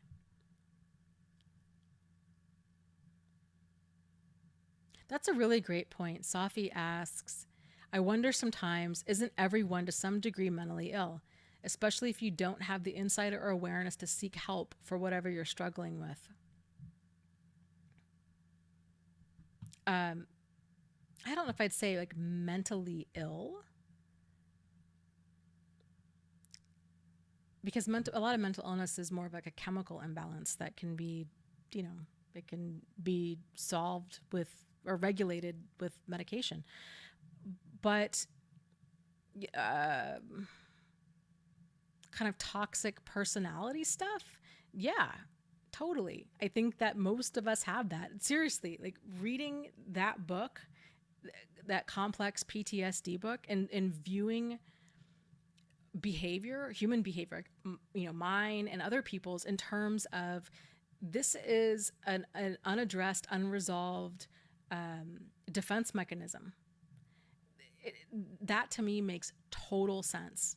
And yeah, so if we're not operating with awareness of our behavior, then it really is. It's almost like a functional psychosis that most of us are in. I mean, if you really like took a step back and you thought, and we saw our behavior for what it was, and we're like, wow, we are doing things that are really, really destructive or dangerous. I mean, you don't see that in the animal kingdom, right? Like you don't see animals that really are so concerned about the health and welfare of another animal to the point where they're going to end up getting killed or putting themselves like, in harm's way to that degree. That's almost like a human thing. And I think really where that comes from is it's because we have the ability to rationalize. So when you have that cognitive dissonance that sets in, which is really, denial and justification and minimization and all of this, all of the kind of this normalizing, this desire to normalize problematic behavior because we don't want to let go of it. That's the problem. So human beings, we think we're so rational because we are people, because we have the ability to we have the prefrontal cortex, and we have the ability to think and use logic and reason. But the reality is, if we're operating from a place where these are unaddressed defense mechanisms, which are further, it's primitive. It's like in the amygdala. It's in the reptilian part of our brain, which is very basic. If we're trying to get our needs met, it's like our brain downshifts. And so we're only using the lower parts of our brain. The part that kind of steers the ship, the prefrontal cortex, the logic and reason, it becomes illogical and irrational, but we don't realize it because it feels, what we're doing it makes sense to us because we're trying to get our needs met. It's absolutely fascinating stuff when you think about it. So yeah, in a lot of ways, I mean, I used to describe the feeling of, before I was aware of a lot of this stuff, like, man, I feel like I've been going through life with like a paper bag over my head. I didn't know what I was doing. And it's amazing that my life has not been more of a train wreck than it has been. I just did not have the awareness, and I had this kind of deep unconsciousness about my behavior and what was driving it. But the cool thing is, once you get it, you get it, and you can't like unget it. You can try. I mean, you can try to deny it and stuff like that, but like once you see it, you tend to see it. Yes, postmodern cyberpunk says, I think excessive planning is fantasizing. To some extent, I think it's also a form of that flight, that it's escapism. So if a person is perpetually thinking about the future, but they're not living in the moment because the future feels better, it feels better to visualize and to be more in the future, then that can be a way of numbing out and escaping from the present moment.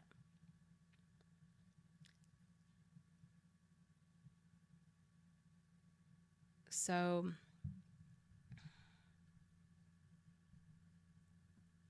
let's see.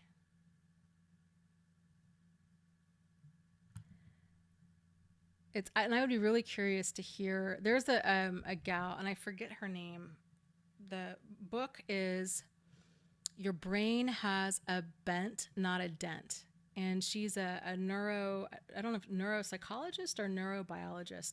Fascinating book. And she talks a lot about the brain, like downshifting and kind of the different bends in our personality and why that is. So I don't know. There's lots of really smart people out there that study this stuff in great depth, and I could just listen to that all day long. I just think it's so interesting. Somebody had mentioned, what do you do if a narcissist ups and leaves you, and they're the financial, you don't have a job or you're reliant on them financially. I would probably start brainstorming a list of options, because you can't rely on them, because realistically you're probably going to have to go to court a lot, because again, it's that win-lose mentality that drives them, and they don't like to lose. And so even, what is fair and reasonable to most people is generally not fair and reasonable to them, unless they really value like their social status or public image. Then they might repay you in order to seem like they're the good person. So I would start making a list of, okay, what options are out there? Depending on where you live in the world, are there charities out there? Are there churches out there? Are there domestic violence shelters out there? Do you have friends or family that can help you out until you can get on your feet? Could you get a job? If so, how? Could you line up some, could you swap daycare with a friend of yours where you watch the kids when he or she's at work, and then vice versa? And just make a list of as many different options as you can think of, and then go back through and think, okay, where can I start with this? So, but hoping that they're going to see the light and do the right thing is really not a good strategy. So I know it can be really overwhelming, and it's intended to be that way, right? Because it's a win-lose, and that's how and why they tend to trap a lot of people in these relationships. So to try to develop a plan to get unstuck. And I think too, once you start realizing, okay, I've got options here, like I can formulate a plan, the more it's going to help with getting out of overwhelm, because then you're going to realize, okay, I've got options. Maybe they're not the best options, but I do have options. Because so much of overwhelm comes from, not having a plan, or kind of thinking it's going to be worst case scenario, more so than it really is. So, okay, hold on a second. I've missed a question here.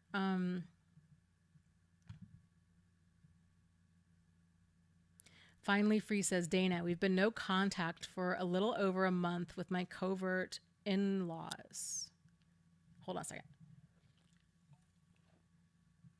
They have been trying to contact us five or more times.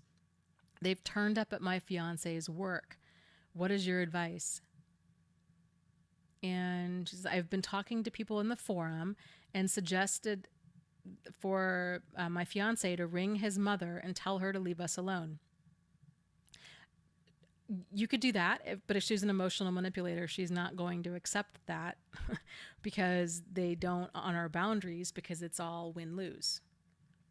So I would, if he wants to go no contact, I would say go no contact, change your number, block her number, block her on Facebook, kind of do whatever you need to do to not have this be an issue. And I would also get crystal clear with your fiance about your understanding about things, because it's one thing to date a person and for people to say, oh, you know what, this is not going to be a problem.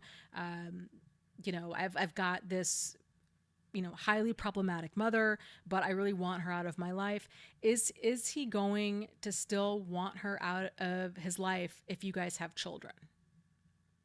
So that would be a conversation to have, and to make it, and I don't know your situation, but if you're like, I do not want, this woman is dangerous and destructive, I don't want her in our lives, to make that crystal clear to him before you guys get married.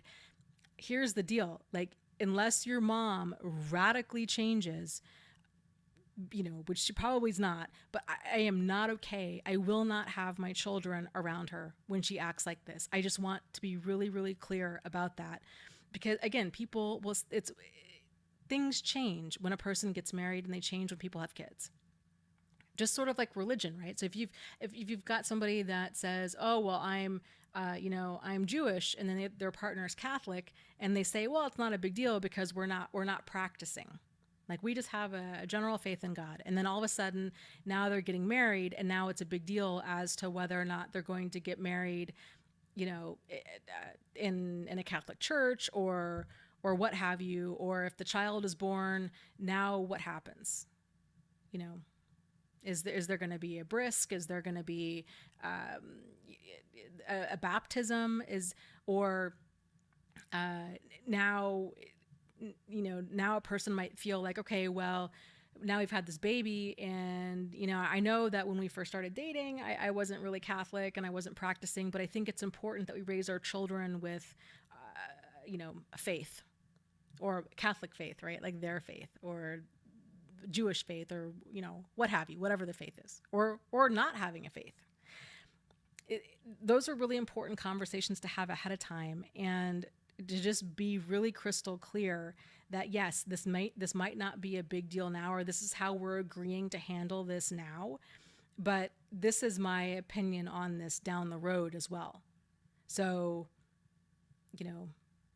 like, because when you guys have kids, you're going to be getting a lot of peer pressure from other people to say, oh, well, you know what, she's the grandma, so you guys really need to let her be involved in her grandchild's life. And you might even be feeling that way too. So again, it helps a lot to discuss this as early on as possible, and to talk about how are we going to handle these feelings. If he really wants to cut contact and never open contact again, how are we going to deal with these feelings when they come up, when we get married and she's not at the wedding? Or how are we going to explain to other people? How are we going to handle this as a unified team? Because that's what you're going to be if you're married, right? It's going to be, there is no like you and him as far as major things like that. It's kind of, you're running a three-legged race. So it really is helpful to get on the same page with how you're going to handle problematic people and situations, and all of that. The more you can talk about that now, the better off you will be down the road. So, and then too, if this is, kind of a new thing with you, with these,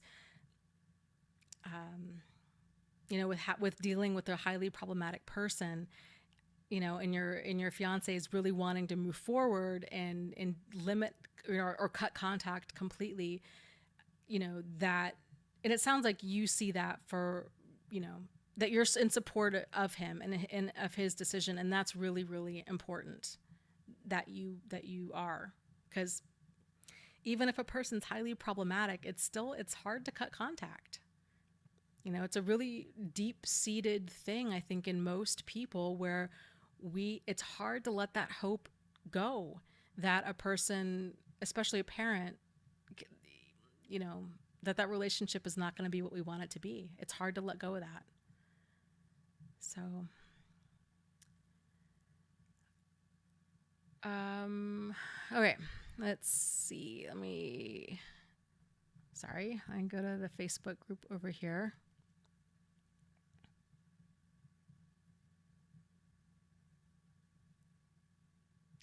People are talking about financial abuse. Yes, and again, that's that whole kind of win-lose mindset when you're dealing with an emotional manipulator, or a person that has that win-lose mindset. It's the whole what's mine is mine and what's yours is mine. Like it's all mine. And you see that a lot, especially when it comes to divorce. So it's not uncommon that they're hiding assets, that they're lying about how much money they make, that they're lying about their expenses, that, it's lies, lies, lies, lies, lies, lies, lies. And it's really, really hard to uncover. It's hard and time consuming and expensive if you're going to go through a divorce to try to uncover everything, because really, like, what we know is the tip of the iceberg. Even if you're like, oh no, Dana, I have found out some crazy like soap opera stuff, it's still the tip of the iceberg. It's layers upon layers of lies and manipulations. So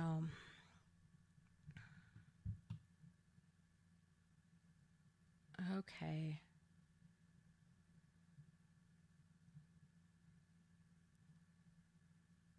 Yes, Barbara, that's a really great point. She says, anyone who is too nice and quick to connect with you, do not trust. Reasonable people take their time when they form relationships.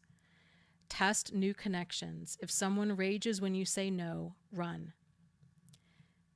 Yeah, and I think too, okay, so kind of in all fairness, a lot of us on the more like codependent side of the spectrum, that is more of our personality style, where we're, people pleasing and overly friendly. I think oftentimes really struggle with appropriate boundaries, and it can also kind of create this whirlwind situation. What's driving that behavior is very different from what's driving a narcissist's behavior, because theirs is more, win lose. And so it's more to like rope somebody in. With the codependent person, it's kind of our way of interacting. It's our way of being wired. It's our way of interacting with the world. And it's almost like this feeling that we have to somehow earn somebody's friendship or earn their love. And, but it can be hard, it can be really hard to tell like who you're dealing with, if you're dealing with a codependent or if you're dealing with a narcissist, but time will tell. And ideally you want to find people that have a solid sense of self, and because this behavior is on a spectrum too, right? So, but finding a person with a solid sense of self, and that just takes going slow. So it's always problematic when people want to move too quickly. It generally shows that they're starved out. I mean, that they've got an empty bucket in that area, and it's you know it's going to be exhausting if they're looking to you to fill that empty bucket. Because I remember when I mean, like, it's so crazy because I see it now, but I look back on my marriage and I just think, it would have never ever worked until I had me right. And I really had that codependent mindset of like, you complete me. And I was looking to him to be my everything because I had made him my everything.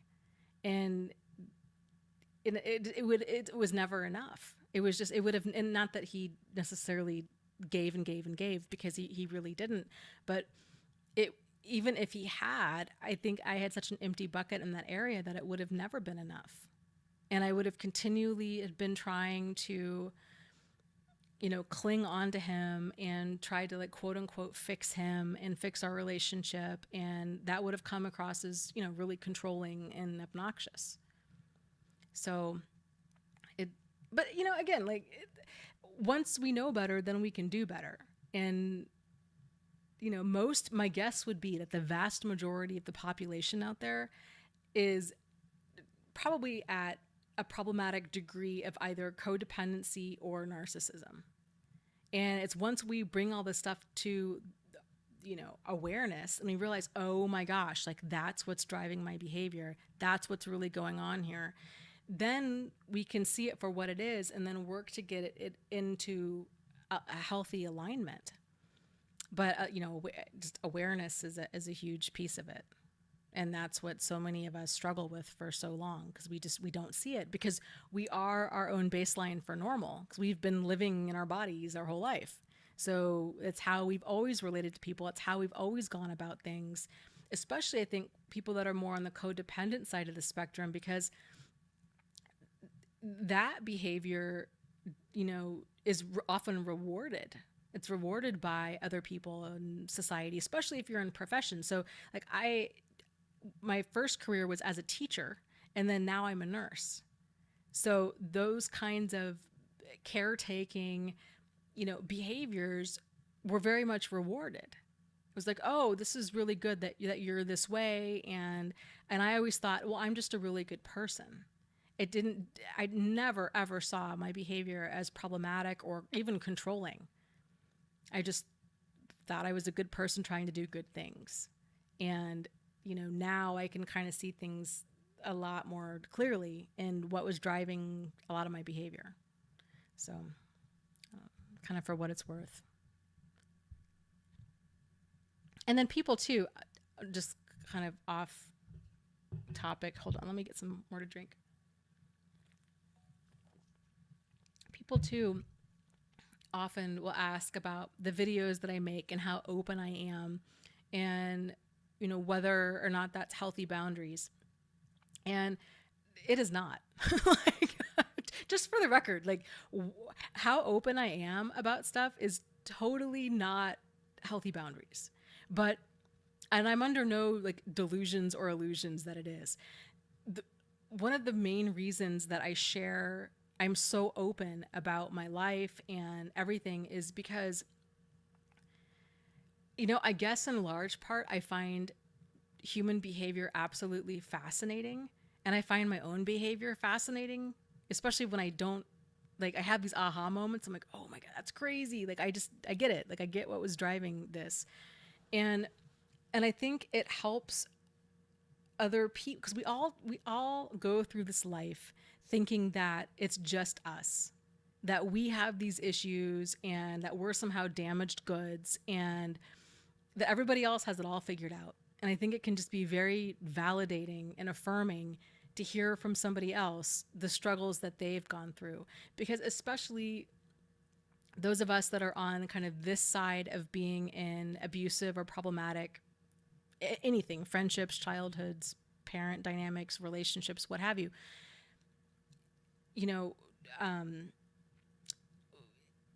there's a lot of similarities between all of us. And so I think opening up the conversation and being like, this was the aha moment that I had in my life. A lot of other people are like, oh my gosh, me too. Because it's more of like a behavioral personality style, and it's pervasive.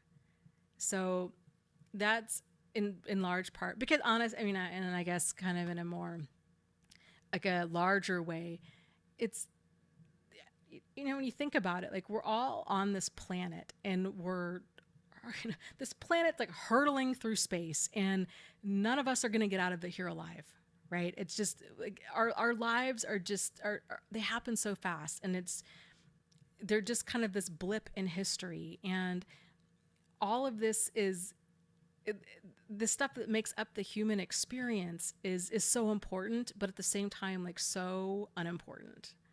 And it bothers me that this stuff is not more like openly discussed, because I feel like it really would help a lot of people to get the clarity that they need. I think it's one of the reasons like AA groups and NA and OA and every other A kind of group out there is so successful, is because people see elements of what's going on with them and other people, and they're able to get that validation and to get like tips and tricks and talk about high points and low points and everything else. And and to move forward. So just kind of for the record, 'cause I do get asked that every now and again.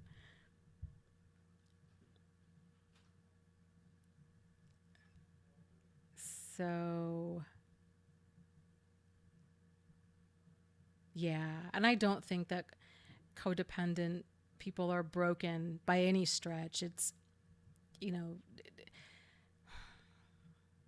just kind of some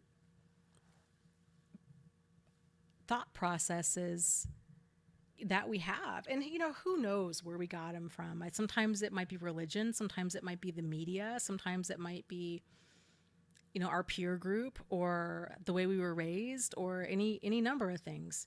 But somewhere along the line, if we're struggling with boundaries, like having healthy boundaries and saying no, we somehow got the message that,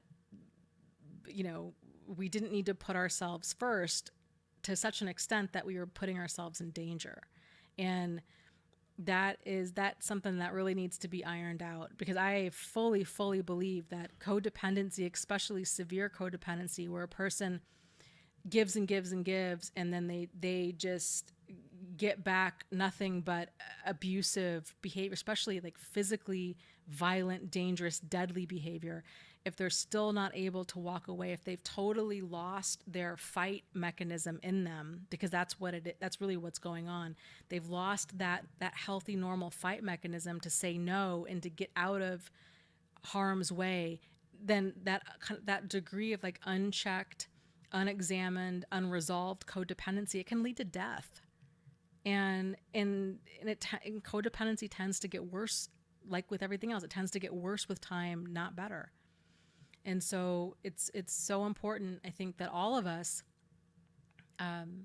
everybody, people in general, to always stay open-minded about examining our own behavior and looking at the results. I think that's probably the best way to see if your life is truly working for you, is to look at the results that you're getting.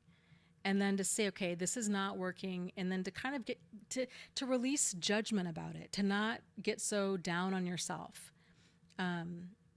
But to view it from like a mindset of curiosity. And you're like, this is really interesting. Like, why am I doing this? Kind of what's going on? Because odds are it's some sort of kind of, factory installed programming that happened when you were a kid that you're still running as an adult, and it's not serving you anymore. Maybe it served you then to some degree, or maybe it never served you. Maybe it was just the programming that was given to you when you were a kid. And, again, because we are our own baseline for normal, we never thought to question it. We just thought, well, that's just the way things are. And then as an adult, you kind of get older and you realize, well, wait a minute, like, no, this is not how things are. Like, this is just how things were in my family. And I don't like that things were that. I didn't like things that way when I was a kid, and I definitely don't like it as an adult. So now now that I am questioning it, I have the choice of doing something different. But until our behavior, we're able to take a step back and view it kind of from a neutral place of more curiosity, then it's kind of only then we can start working towards to truly changing it. So let me scroll up. Nora says, Dana, is it hard to adjust to a more normal relationship dynamic after this stuff? Going from codependent to more interdependent, for example. Yeah, I think that it is, because it's how we've been doing things. Odds are it's been how we've been relating to other people our whole life. And these relationships might have brought that to the surface of, wow, this was a really problematic relationship. Wow. And, and it's hard. And it's like, that's the other hard thing too with healing from this, is because when we find ourselves in a relationship like this, that's this problematic, it really does feel like a hit and run accident. And we feel like we had no part in this, that we were manipulated, we were, guided down this path of destruction. And I agree with that. This is definitely this is not our fault, right? This is not our fault. But staying with a problematic person because they're able to manipulate vulnerabilities, right? And we all have vulnerabilities. So, but because this stuff isn't taught, because this stuff is happening at a subconscious level, because there's a lot of stuff that's going, because maybe we were given the message that this is somehow from the media and from movies, that this is somehow normal, and that we were just never taught that this was problematic behavior. There's a lot of different elements at play. And so once we kind of start to know better or know different, then we can do different. But I think it's worth looking at. Do you have a pattern of these kinds of relationships or friendships in your life? And what vulnerability or what empty bucket are they able to manipulate? Because once you can find out kind of how they're getting it, it's sort of like with it sounds kind of mean, but with like cockroaches, right? If you're finding yourself if bugs are getting into your house, you have to figure out how they're getting in.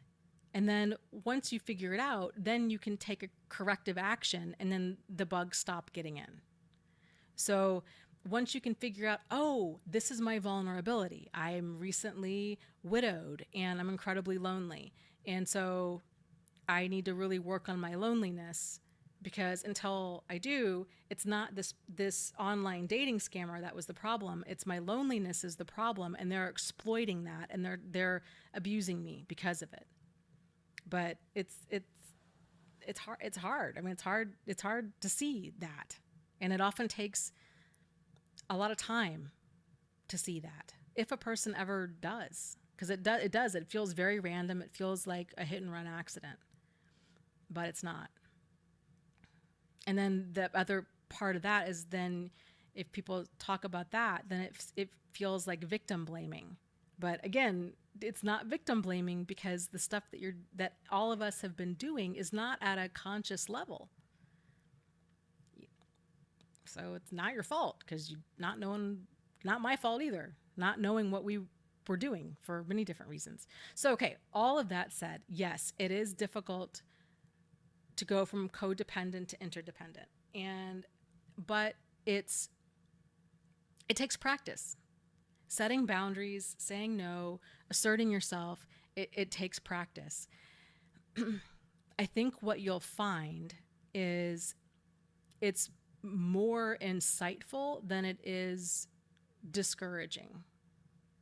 Because as you progress, once you start having those aha moments, and you're like, wow, you're just going to start connecting the dots, and you're like, oh my gosh, this is what I was doing, and that's problematic, and I never realized that was problematic before.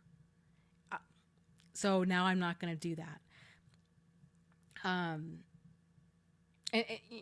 you just start viewing your behavior in a totally different light, especially when you start realizing that you can say no, and that you don't have to be nice. That we're putting ourselves in an uncomfortable situation because we don't want other people to think that we're mean or rude.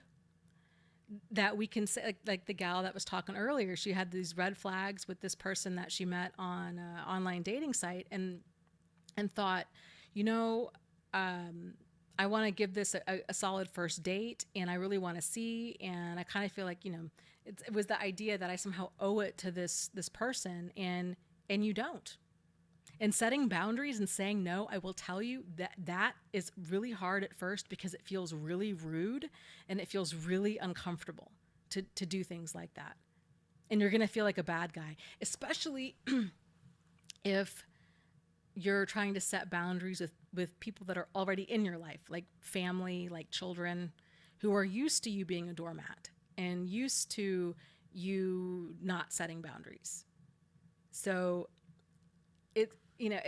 I really like to look at it as, kind of this, like, spectrum there. So in the middle, you have your a healthy, well-adjusted self. And then on one side, you have degrees of giving. And then the other side, you have degrees of taking. So the degrees of giving tend to be codependency, the degrees of taking, narcissism. And it can, people kind of like wobble back and forth when they're trying to find their footing, especially when they realize I've got a problem. And so it's not uncommon for a lot of codependent people to go the opposite way and to set really, really firm, rigid boundaries. It's called fortressing, where they've realized I've been a doormat for too long. This ends now.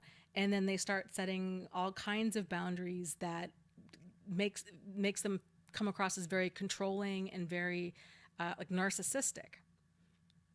And then, over time they kind of relax to where they can get into more of like a healthy alignment with themselves. Some people do that. I mean, for me, the process has been like, it's just been kind of this unraveling of experiences where things here's an example. Where I work, there is a security guard at the front desk, and I was always very pleasant to him. He was always very pleasant to me. And then he began hitting on me, and things became very uncomfortable. And then it became even more uncomfortable when I found out that he lived with his girlfriend and had been living with her for like 10 years.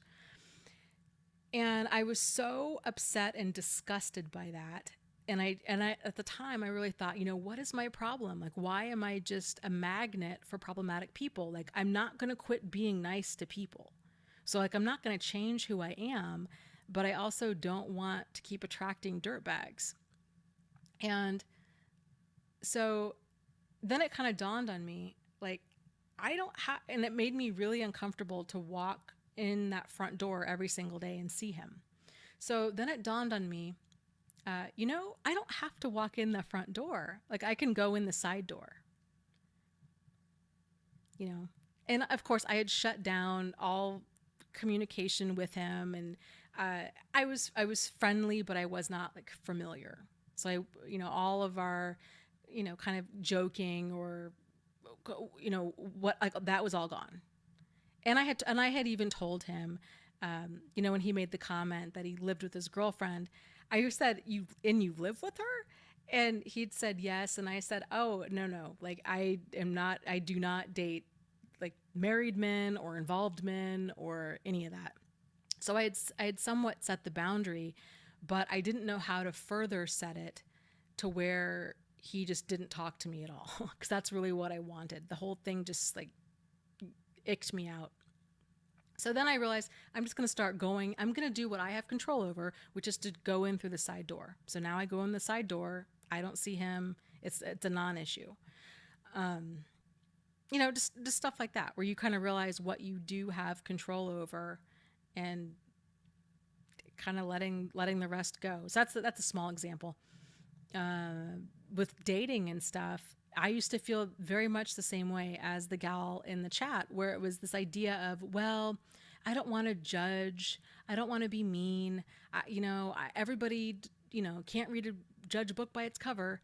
So I was very open about giving people a chance, even if like my red flag alarm was going off like crazy. It was, and really in large part, that was one of the reasons I was glossing over a lot of red flags with Jack and Steve. I had this idea of, well, who am I to judge? So,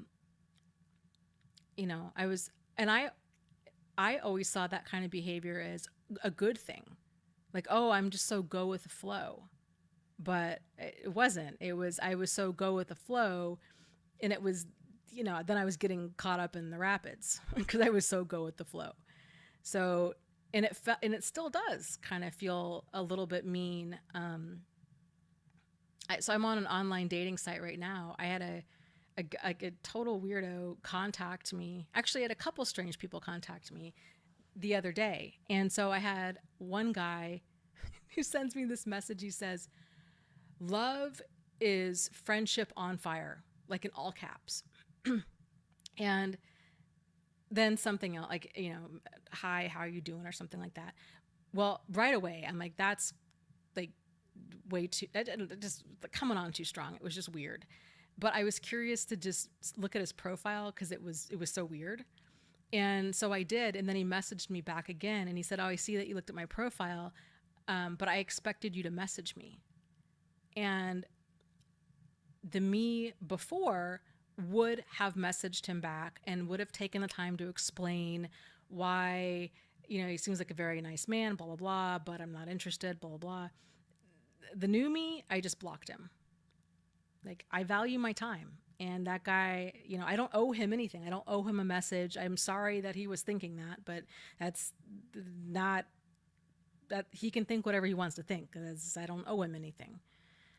And then I had a gal actually contact me through this online dating site and said, she's like, "I'm not contacting you because I want to date you. I'm contacting you because it seems like we have a lot in common, and I'm new to town, and it'd be cool to like meet up for coffee." Frankly, I would be open to doing something like that, because I've come across people on the internet where I'm like, we need to be friends. Like, we just have so much in common. We need to be friends.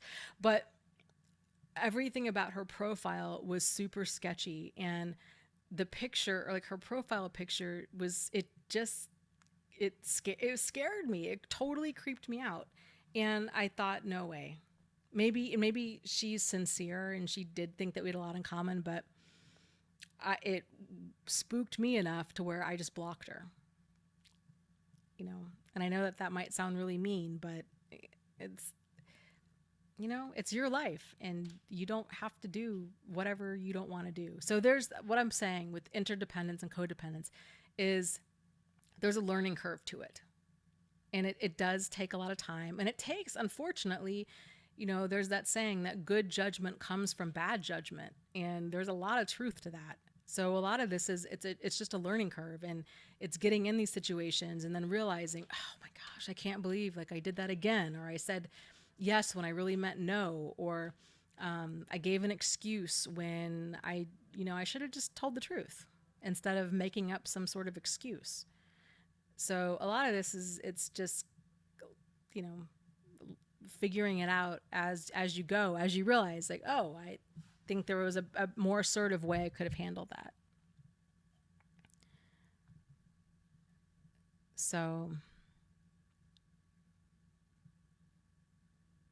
yeah, Linda was saying that she had the tendency to give too much, and that her ex had told her one day he was going to send me to the poorhouse, and I thought that was a weird comment. Yeah. And so, again, like a lot of people that struggle with boundaries, they give more than they can comfortably give. So not uncommon for them to give more money than they can afford to like their church or to their kids or to neighbors or those in need or what have you. Cause it's this idea of, I just need to give and give and give and give and give. Cause it feels like it's a good thing. But if it's, again, if we're setting up any dynamic where we're helping somebody else swim at the expense of sinking ourselves, then something's off. Something needs to get back into alignment there. I hope that kind of answers your question. That was a really long answer. I'm sorry. Sorry about that.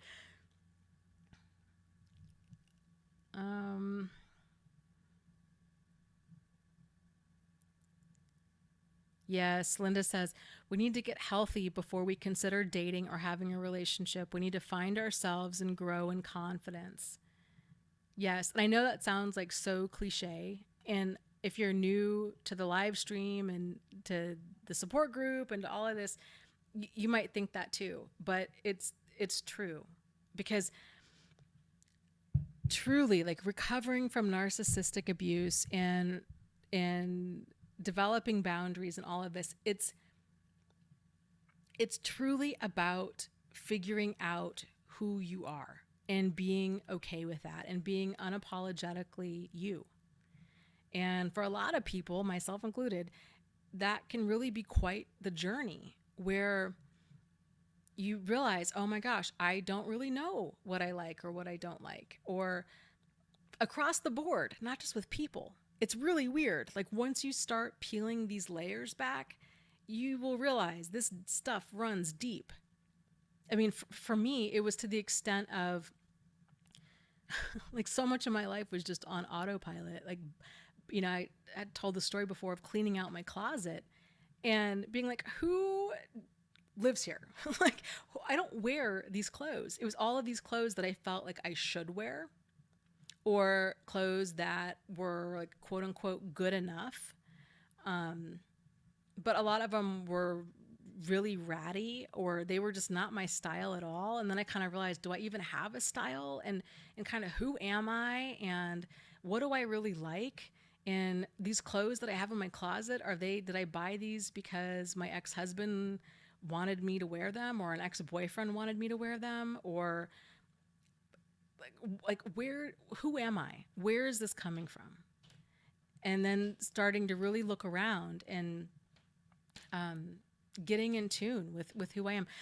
I've mentioned before in other live streams about one thing that really helped me to get clear, and this is going to sound really weird for probably a lot of people, but it really was helpful, is to start like ranking things on a scale of 0 to 10, 10 being absolute bliss and enjoyment, and 0 being ice cold, no way, and 5 being somewhere in the middle, like you're lukewarm. And then going around and asking yourself about things that you're not emotionally attached to. It's a much easier to start this process by examining things that you're not emotionally invested in, like friendships or relationships. So asking yourself, about how do I feel about these pillows? Like on a scale of 0 to 10. For me, I really like these. These are like a 9 or a 10. My couch itself is probably like a 3. It's really uncomfortable. So, my dining room chairs, I really like those. Those are probably, I don't know, maybe about like an 8. My bedspread's like a 6. This painting on my wall is like a 9. I really like it. So when you start doing that, it's a way for you to bring that to your awareness of kind of what is enhancing your life, and what you're lukewarm about, and what you're ice cold about. And then the stuff that's like lukewarm to ice cold, to start asking yourself, like, why do I have this in my life? And it's amazing the answers that you're going to get over stuff like a bedspread or your dining room chairs. It's amazing kind of what drives that. And you can do that with stuff. You can do that with the food you eat. You can do that with the car you drive, or how you drive to work, or the kind of job you have, or dynamics with your coworkers, or in any and all situations, to try to be tuning into yourself and figuring out kind of where are these things on this spectrum, and why. Because that's really going to help you to start unraveling things.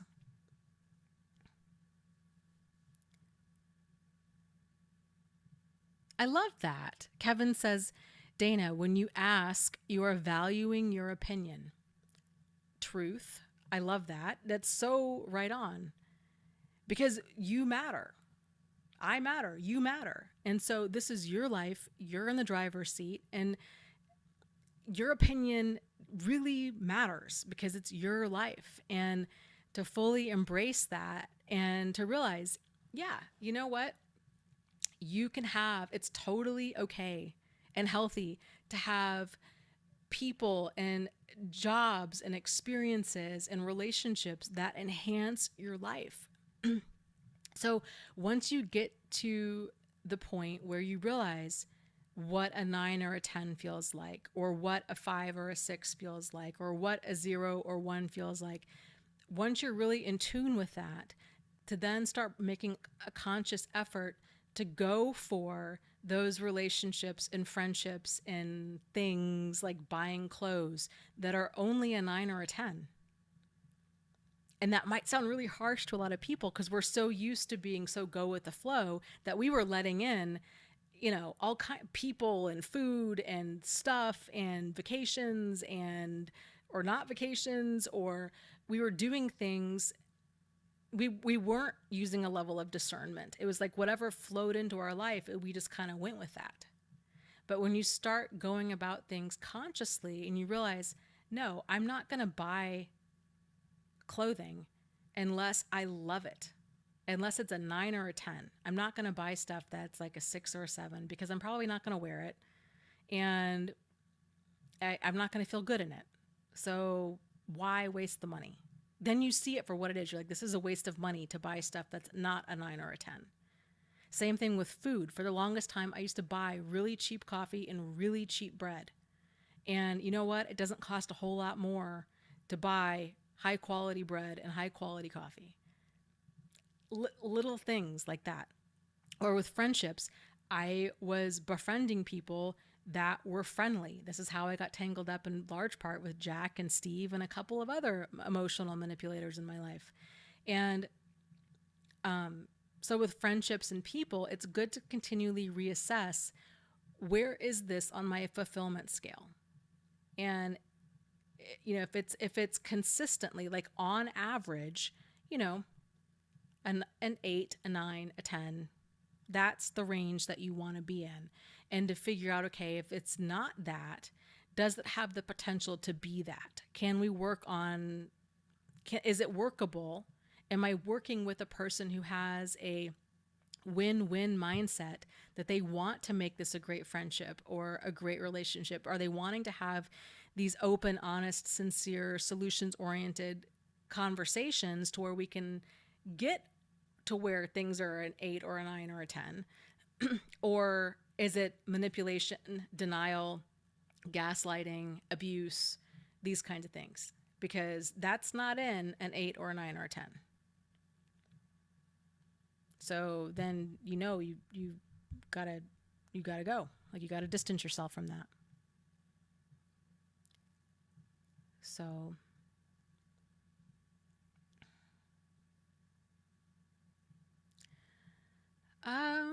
yeah, Kevin says we are worth it. And you are. We all are. Yes, Kevin says too, codependence and friendliness can be confusing, not unlike love bombing. And so a lot of codependent people too, because it's the same bucket, trying to get that need met, but they go about it in a different way. So a lot of codependent people might feel like, oh my gosh, I'm totally love bombing, or they have that level of intensity too, where it's like, I really want to text and talk to this person all the time and tell them how wonderful they are, and I really just like them so much. But it's coming from a place of incompleteness. Like, I need you so I feel fulfilled. And it's, again, like, if we have empty buckets, it's really hard for us to behave in a way where we're taking things slow and we're relating to other people in like a healthy way. So yes, and it is very hard to cut contact when you're still living with them, but that's when you can go gray rock. And gray rock can really be very empowering because it's a way for all of us to take back our power and control, and to make the shift out of becoming reactive, because that's how we were before. They would provoke an emotion, we would react to it, to like responsive.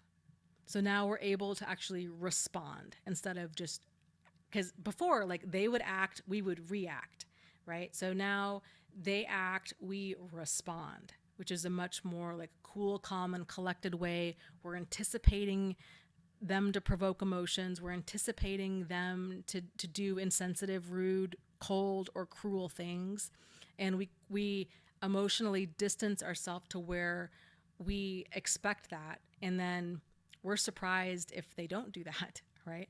So it's the opposite of what we were doing before, which is they would have bad behavior and then we're shocked and upset and we react to it.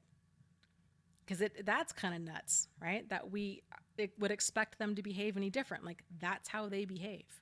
So they're going to behave like that. And to quit being surprised by it. There's a lot of freedom in that when we just like, we're like, oh, this is how they are. Like this is what they do. And this is how they act. But now we get to choose to respond, not just react.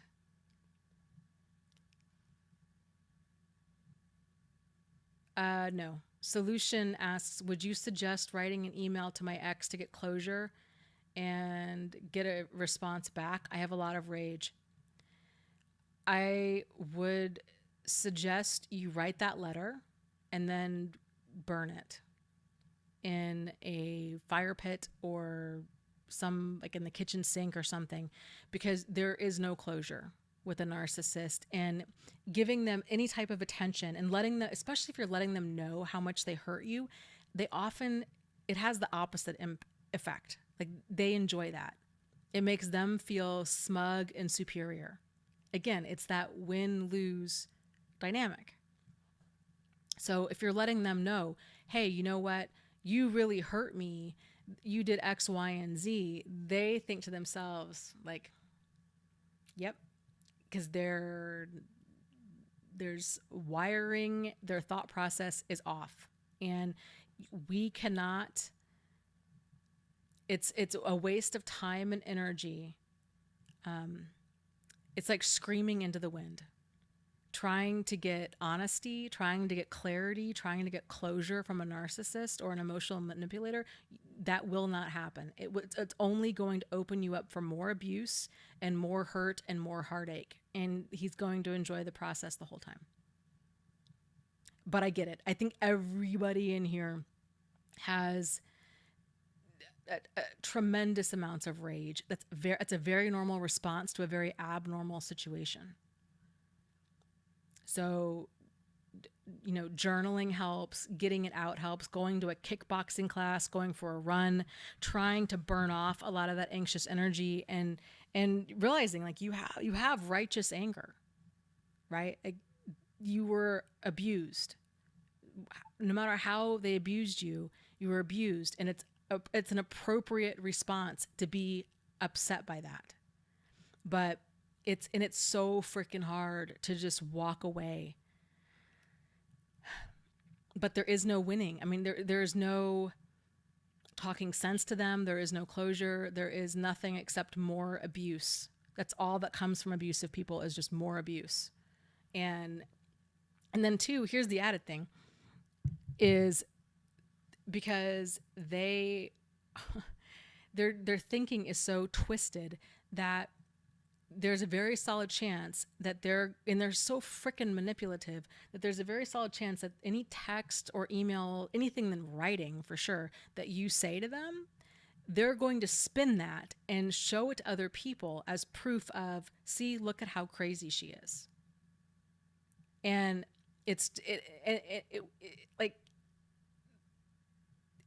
there's no winning. I mean, there's just, the closure that you seek is not found by communicating with them. It's just going to make things worse. And it's so infuriating and frustrating when you're dealing with a child in an adult body, because that's really what you're dealing with. It's all manipulation. It's all lies. It's all games. And it's all just a bunch of nonsense. And there is no limit to the level of destruction and dysfunction and mayhem and chaos and foolishness that they bring. It's what they do. And they will spin it. They just, I mean, it's absolutely wild how they can spin it and create flying monkeys out of it. If you haven't already joined the support group, I would strongly encourage that you do so. All of my contact info is in the About page on my YouTube account. My website is thriveafterabuse.com, and my contact info for support groups, everything is there. There's lots of support groups out there. I highly recommend a person join a few. and see which ones resonate with you the best. And because every support group's a little bit different. And to voice and vent all of your frustrations there. The added good thing with support groups is, especially the online ones, is that they tend to run 24 hours a day. So there's always people in there, and it can be great for getting out a lot of that rage and anger and hurt. And you're talking to people that generally they get it. They've been there and they get it. So, because a lot of our friends and family, they don't get it, and they get, or even if they've been through it, like once they've kind of crossed that bridge into healing, they have a hard time understanding the thinking, like people you forget. It's like with childbirth. People, if you're in active labor, it's incredibly painful. But then, after you've had the baby, it's like we forget how painful it really is. It's the same thing with these kinds of situations. So, it helps to be around people that get it and that take your pain seriously, and that you're not going to burn out by talking about it. Because a lot of people, when they get out of these situations, they feel the need to talk about them like obsessively for a while. And that, again, to me, that's totally normal. That's like your brain's way of trying to process an illogical, irrational situation. To me, it's part of healing. But, so yeah. Yes, Truth Seeker says it's a whole different rule book when you're dealing with a narcissist. It's like being Alice in Wonderland. Like nothing makes sense. All the rules of, appropriate behavior, and what you would normally do in a situation are totally out the window. Like it truly is. You got to go into survival mode and just cut these toxic people out of your life. So Stacy was talking about her blood pressure is really high. It's like 167 over whatever.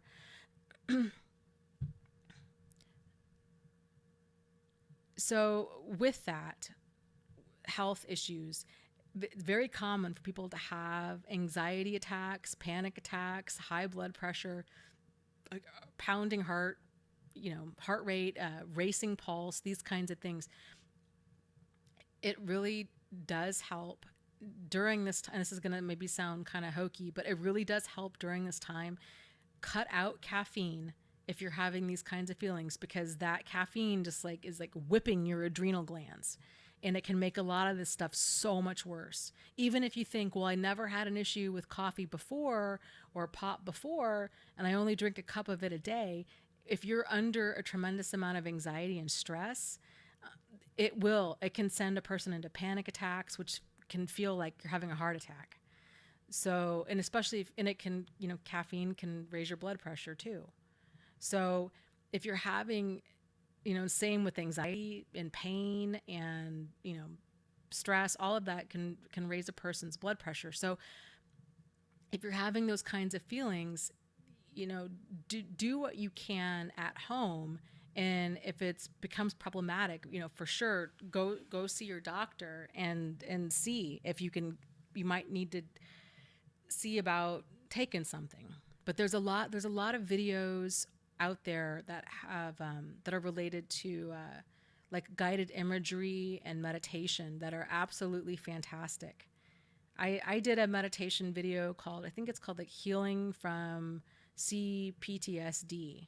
That's affirmations, and it has relaxing music that's turned up too loud because I don't know what I'm doing with editing. But there's a lot of videos out there. If you go on YouTube and you look up, Michael Seeley, I think, is one of them. If you type in like guided imagery, there you'll come up with a lot of different videos that are fantastic that can really help to bring down that anxiousness.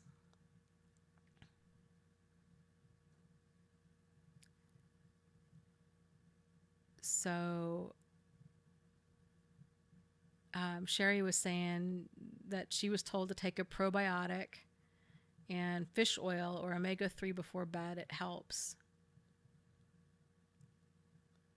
Yeah, Amy's saying she does a baking soda and Epsom salt bath at night. Yeah, I took time to watch comedy, even if I didn't feel like laughing. That was a huge thing. So again, you can find stand-up comedy on YouTube. It's free. So that and then guided imagery on YouTube is fantastic. There's sleep guided imagery things that help you to fall asleep, which is great if you're having insomnia.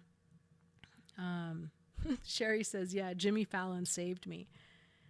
Yeah, my go-to is Dave Chappelle. I just think that guy is so flippin' funny. With my favorite skit with Dave Chappelle is the one with he's telling the story of Charlie Murphy and Prince when they go to play basketball. I don't know. It's just so funny. So, yeah, music can be a great way to soothe your soul and to take a time out from all of this, the anxiousness. Watching a movie can be a good way to get your brain focused on something different for a couple hours. Yeah, Shades of Joe says game. Yeah, blouses. Yeah, it was like blouses versus like skins or something. I don't remember. It was hilarious that they were going to go play basketball. And then he like made him pancakes or something after that. I love all of the Charlie Murphy stories. Are so funny.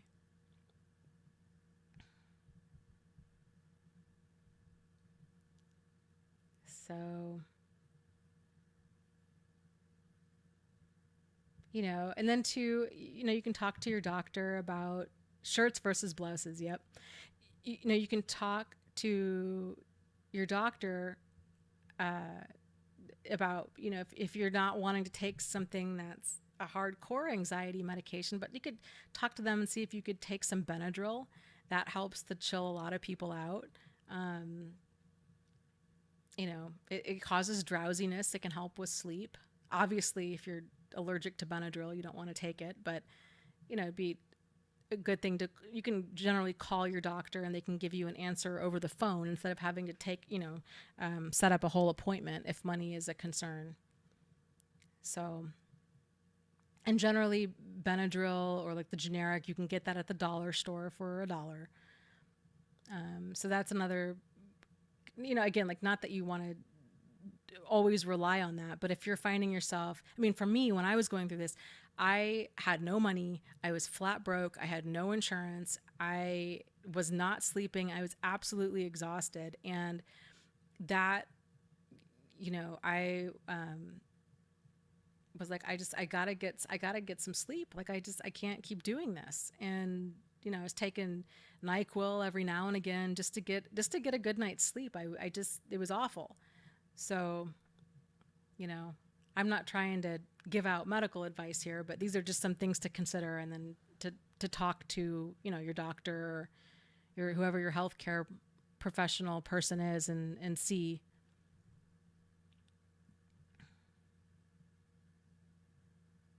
So, and it took me a long time to even think about like taking Benadryl or NyQuil. I just didn't even think about taking something that caused drowsiness to help me sleep. I guess I was so focused on having such tremendous anxiety that I was thinking I needed something that was a lot more hardcore, but like taking something that just helped with drowsiness really did work wonders for me. Stacy asked, how about smoking weed? Well, I guess it depends on the state you live in, and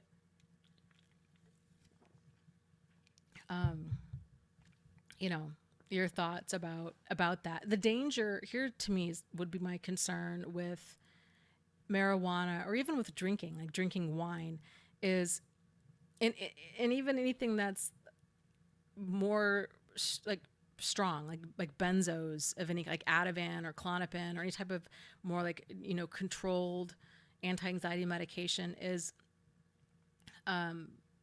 becoming potentially like addicted to something.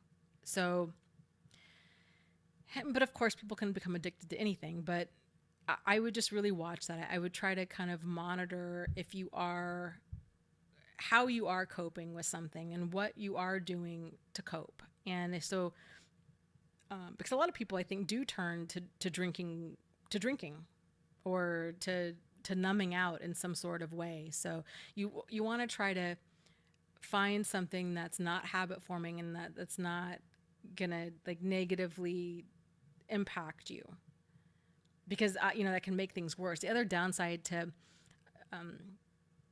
things like that is it can lead to depression, and it can lead to all kinds of other kind of health consequences. So to kind of just, I guess, do the most mild thing that you can do to help yourself first, and then kind of go from there.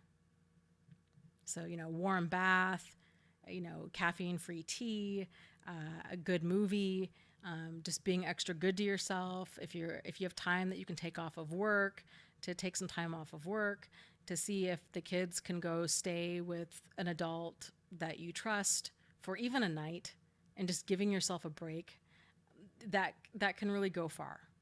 So kind of really thinking like, what do you need? What would help? And then kind of reverse engineering that. So,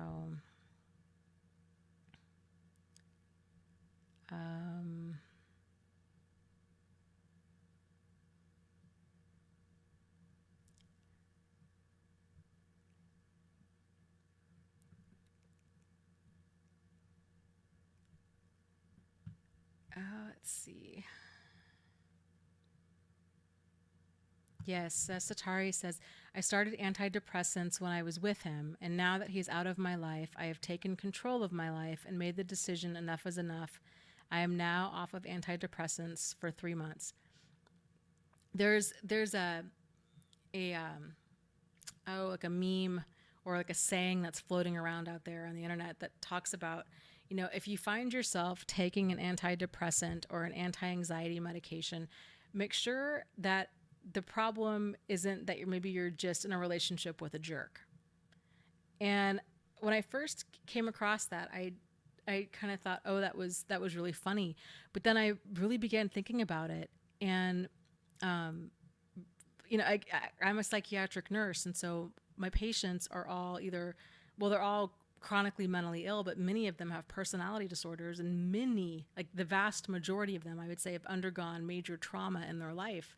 And kind of looking at the medications that they're on from that standpoint, and you think, yeah, how much of this is just to help people cope with trauma.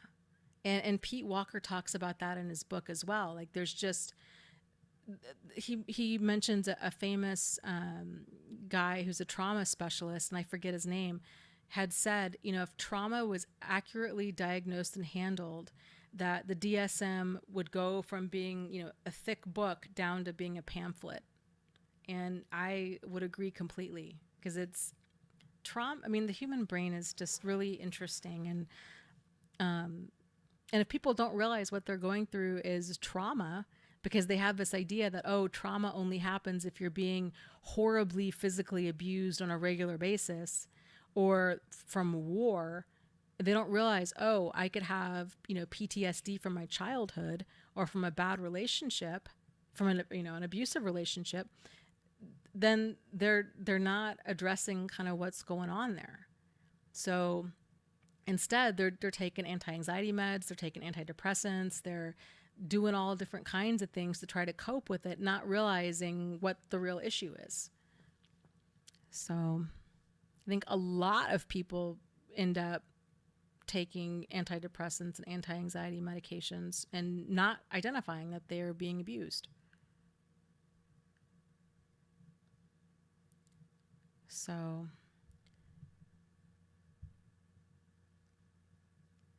yeah, people are talking about binaural beats. Yeah, those are a lot of videos on YouTube have like the binaural beats, and those are pretty cool if you haven't heard those before. I think it helps if you're listening to those with headphones, because they have certain beats and music, and for like your right side of your brain and then for your left side of the brain, and it's pretty trippy. I like to listen to it. Yeah, that's a great idea, Doug. He says if you have a YouTube channel, create your own list of meditation videos and turn it on and lay down and drift off to sleep. I think that's a really great idea. So Valenta mentioned she's using aromatherapy. That's a great way to do it. Lavender for relaxing. Yeah, there's lots of stuff that we can do at home that really, really does help. So we talked too about in other live streams about there's the EFT therapy, and then there's the EMDR. EMDR therapy, where a lot of people have really reported amazing results with those therapies in just a few sessions. So that might be something that you want to look into and check out. They do have some of that on YouTube. Just saying. I haven't done them, and but it kind of shows you the process and what it's like, and you can kind of go through it on your own, and find out more about it, and if you're curious, because it's pretty interesting out there.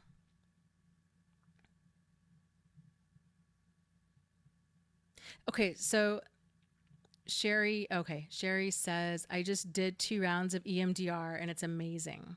Yes, a lot of people, I've been hearing this more and more from people. So, it seems like, why not? Why not try it? Really great results with any form of PTSD with it. Laura says, I think I'm just paranoid. I'm here alone and I'm in my room. And I don't know. Oh, okay. No, she was hearing a sound. So, okay. So what you're talking about, Laura, is hypervigilance. And Kevin says, Laura, you're not alone. We're with you. That's cute. So hypervigilance is normal after this, and that can last for quite a while. It's a normal response to a traumatic situation. So again, it's that fight response that's being activated within us, and it feels awful because it is. It's a very disproportionate reaction to some sort of stimulus. It's like we talked about earlier. So if a person has the same name as your abuser, or drives the same kind of car, or, let's say they work at McDonald's, and every time you drive past a McDonald's that's not even their McDonald's, you find yourself feeling triggered and anxious and on edge, and that hypervigilance is very common. It does tend to settle down with time, and it's part of how our brain processes being in danger. So back to my online dating, my online dating saga. I was messaging with this guy the other day, and we were joking around. He was telling me that he has a business. He's in home automation. And so I was just kind of, joking around and saying, oh, do you make those, like food machines that like they have in Star Trek, where you can, the replicator. So like instantly like it automates your food, and like, boom, then you have dinner. Right. And he says, no, actually what had happened is this is so crazy. He had somebody break into his house while he was home. He was upstairs, did not even realize what was going on. This person broke into his home, ate food out of his fridge, like left stuff on the counter, took his car for a joyride, and then I guess to hide the evidence, they dumped bleach all over like the driver's side and the floor of the car. And so he was telling me, you know, and he doesn't know what I do. So it was kind of interesting. So he's telling me how crazy he felt for the longest time because he felt really on edge and really tense, and like he had a hard time trusting people, and he didn't like the existing home security systems that were out there. And so he's super tech guy. So he totally rigged up his house where it's all automated. Like he can go to different computers in different rooms and change, turn the lights on and off and turn the music on and off. And there's cameras and everything. And he was telling me how, I don't know, like a year or so ago, he heard a noise, and he was in the shower completely freaked out, and he had different like weapons stashed around his house. And he's saying, he ran downstairs like soaking wet with an axe in his hand. And he said he got down there, nobody was there, nothing was going on. And his cats just looked at him like he was crazy. And so we were kind of talking about it, and I was like, yeah, because I don't tell people what I do until I know them. And then I kind of slowly reveal this, because again, like for me, one of those things, it's like, I can't unsay this. And then if they know I'm on YouTube and my website, then they know everything about my life, and they don't need to know all that. So, that I do try to have healthy boundaries, like in my personal life. And anyways, but his response is a very understandable, normal response to having a home invasion to that degree, because that's so scary. And so the level of entitlement that person had to bring, and he has no idea, they never caught him, the person who did it, that a person would bother to eat your food in your house and to take your car. That's just, it's so personal. And that was why, I'm sure, a large part of why he was having a hard time kind of moving forward from that. So, we kind of joke about these feelings of wanting to isolate or being paranoid or jumpy, but these are all very, very normal responses to a very abnormal situation. It doesn't feel normal at the time because we're in this state of like hyper arousal. But it's our brain's way of trying to keep us safe. So, well, you guys, we should probably call it a night. It's getting late. And,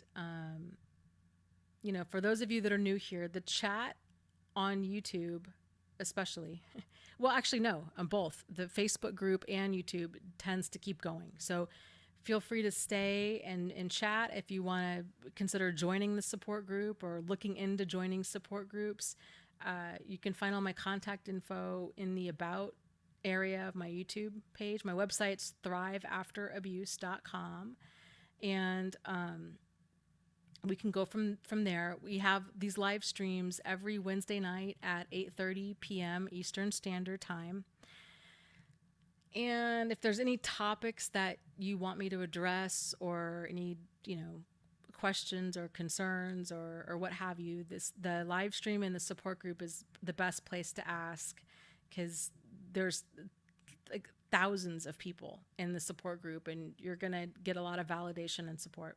So with that said, thank you everybody so much for joining, and I hope that it was helpful, and take care, and we'll see you next week. So as always, lots of love to you guys. You are not alone.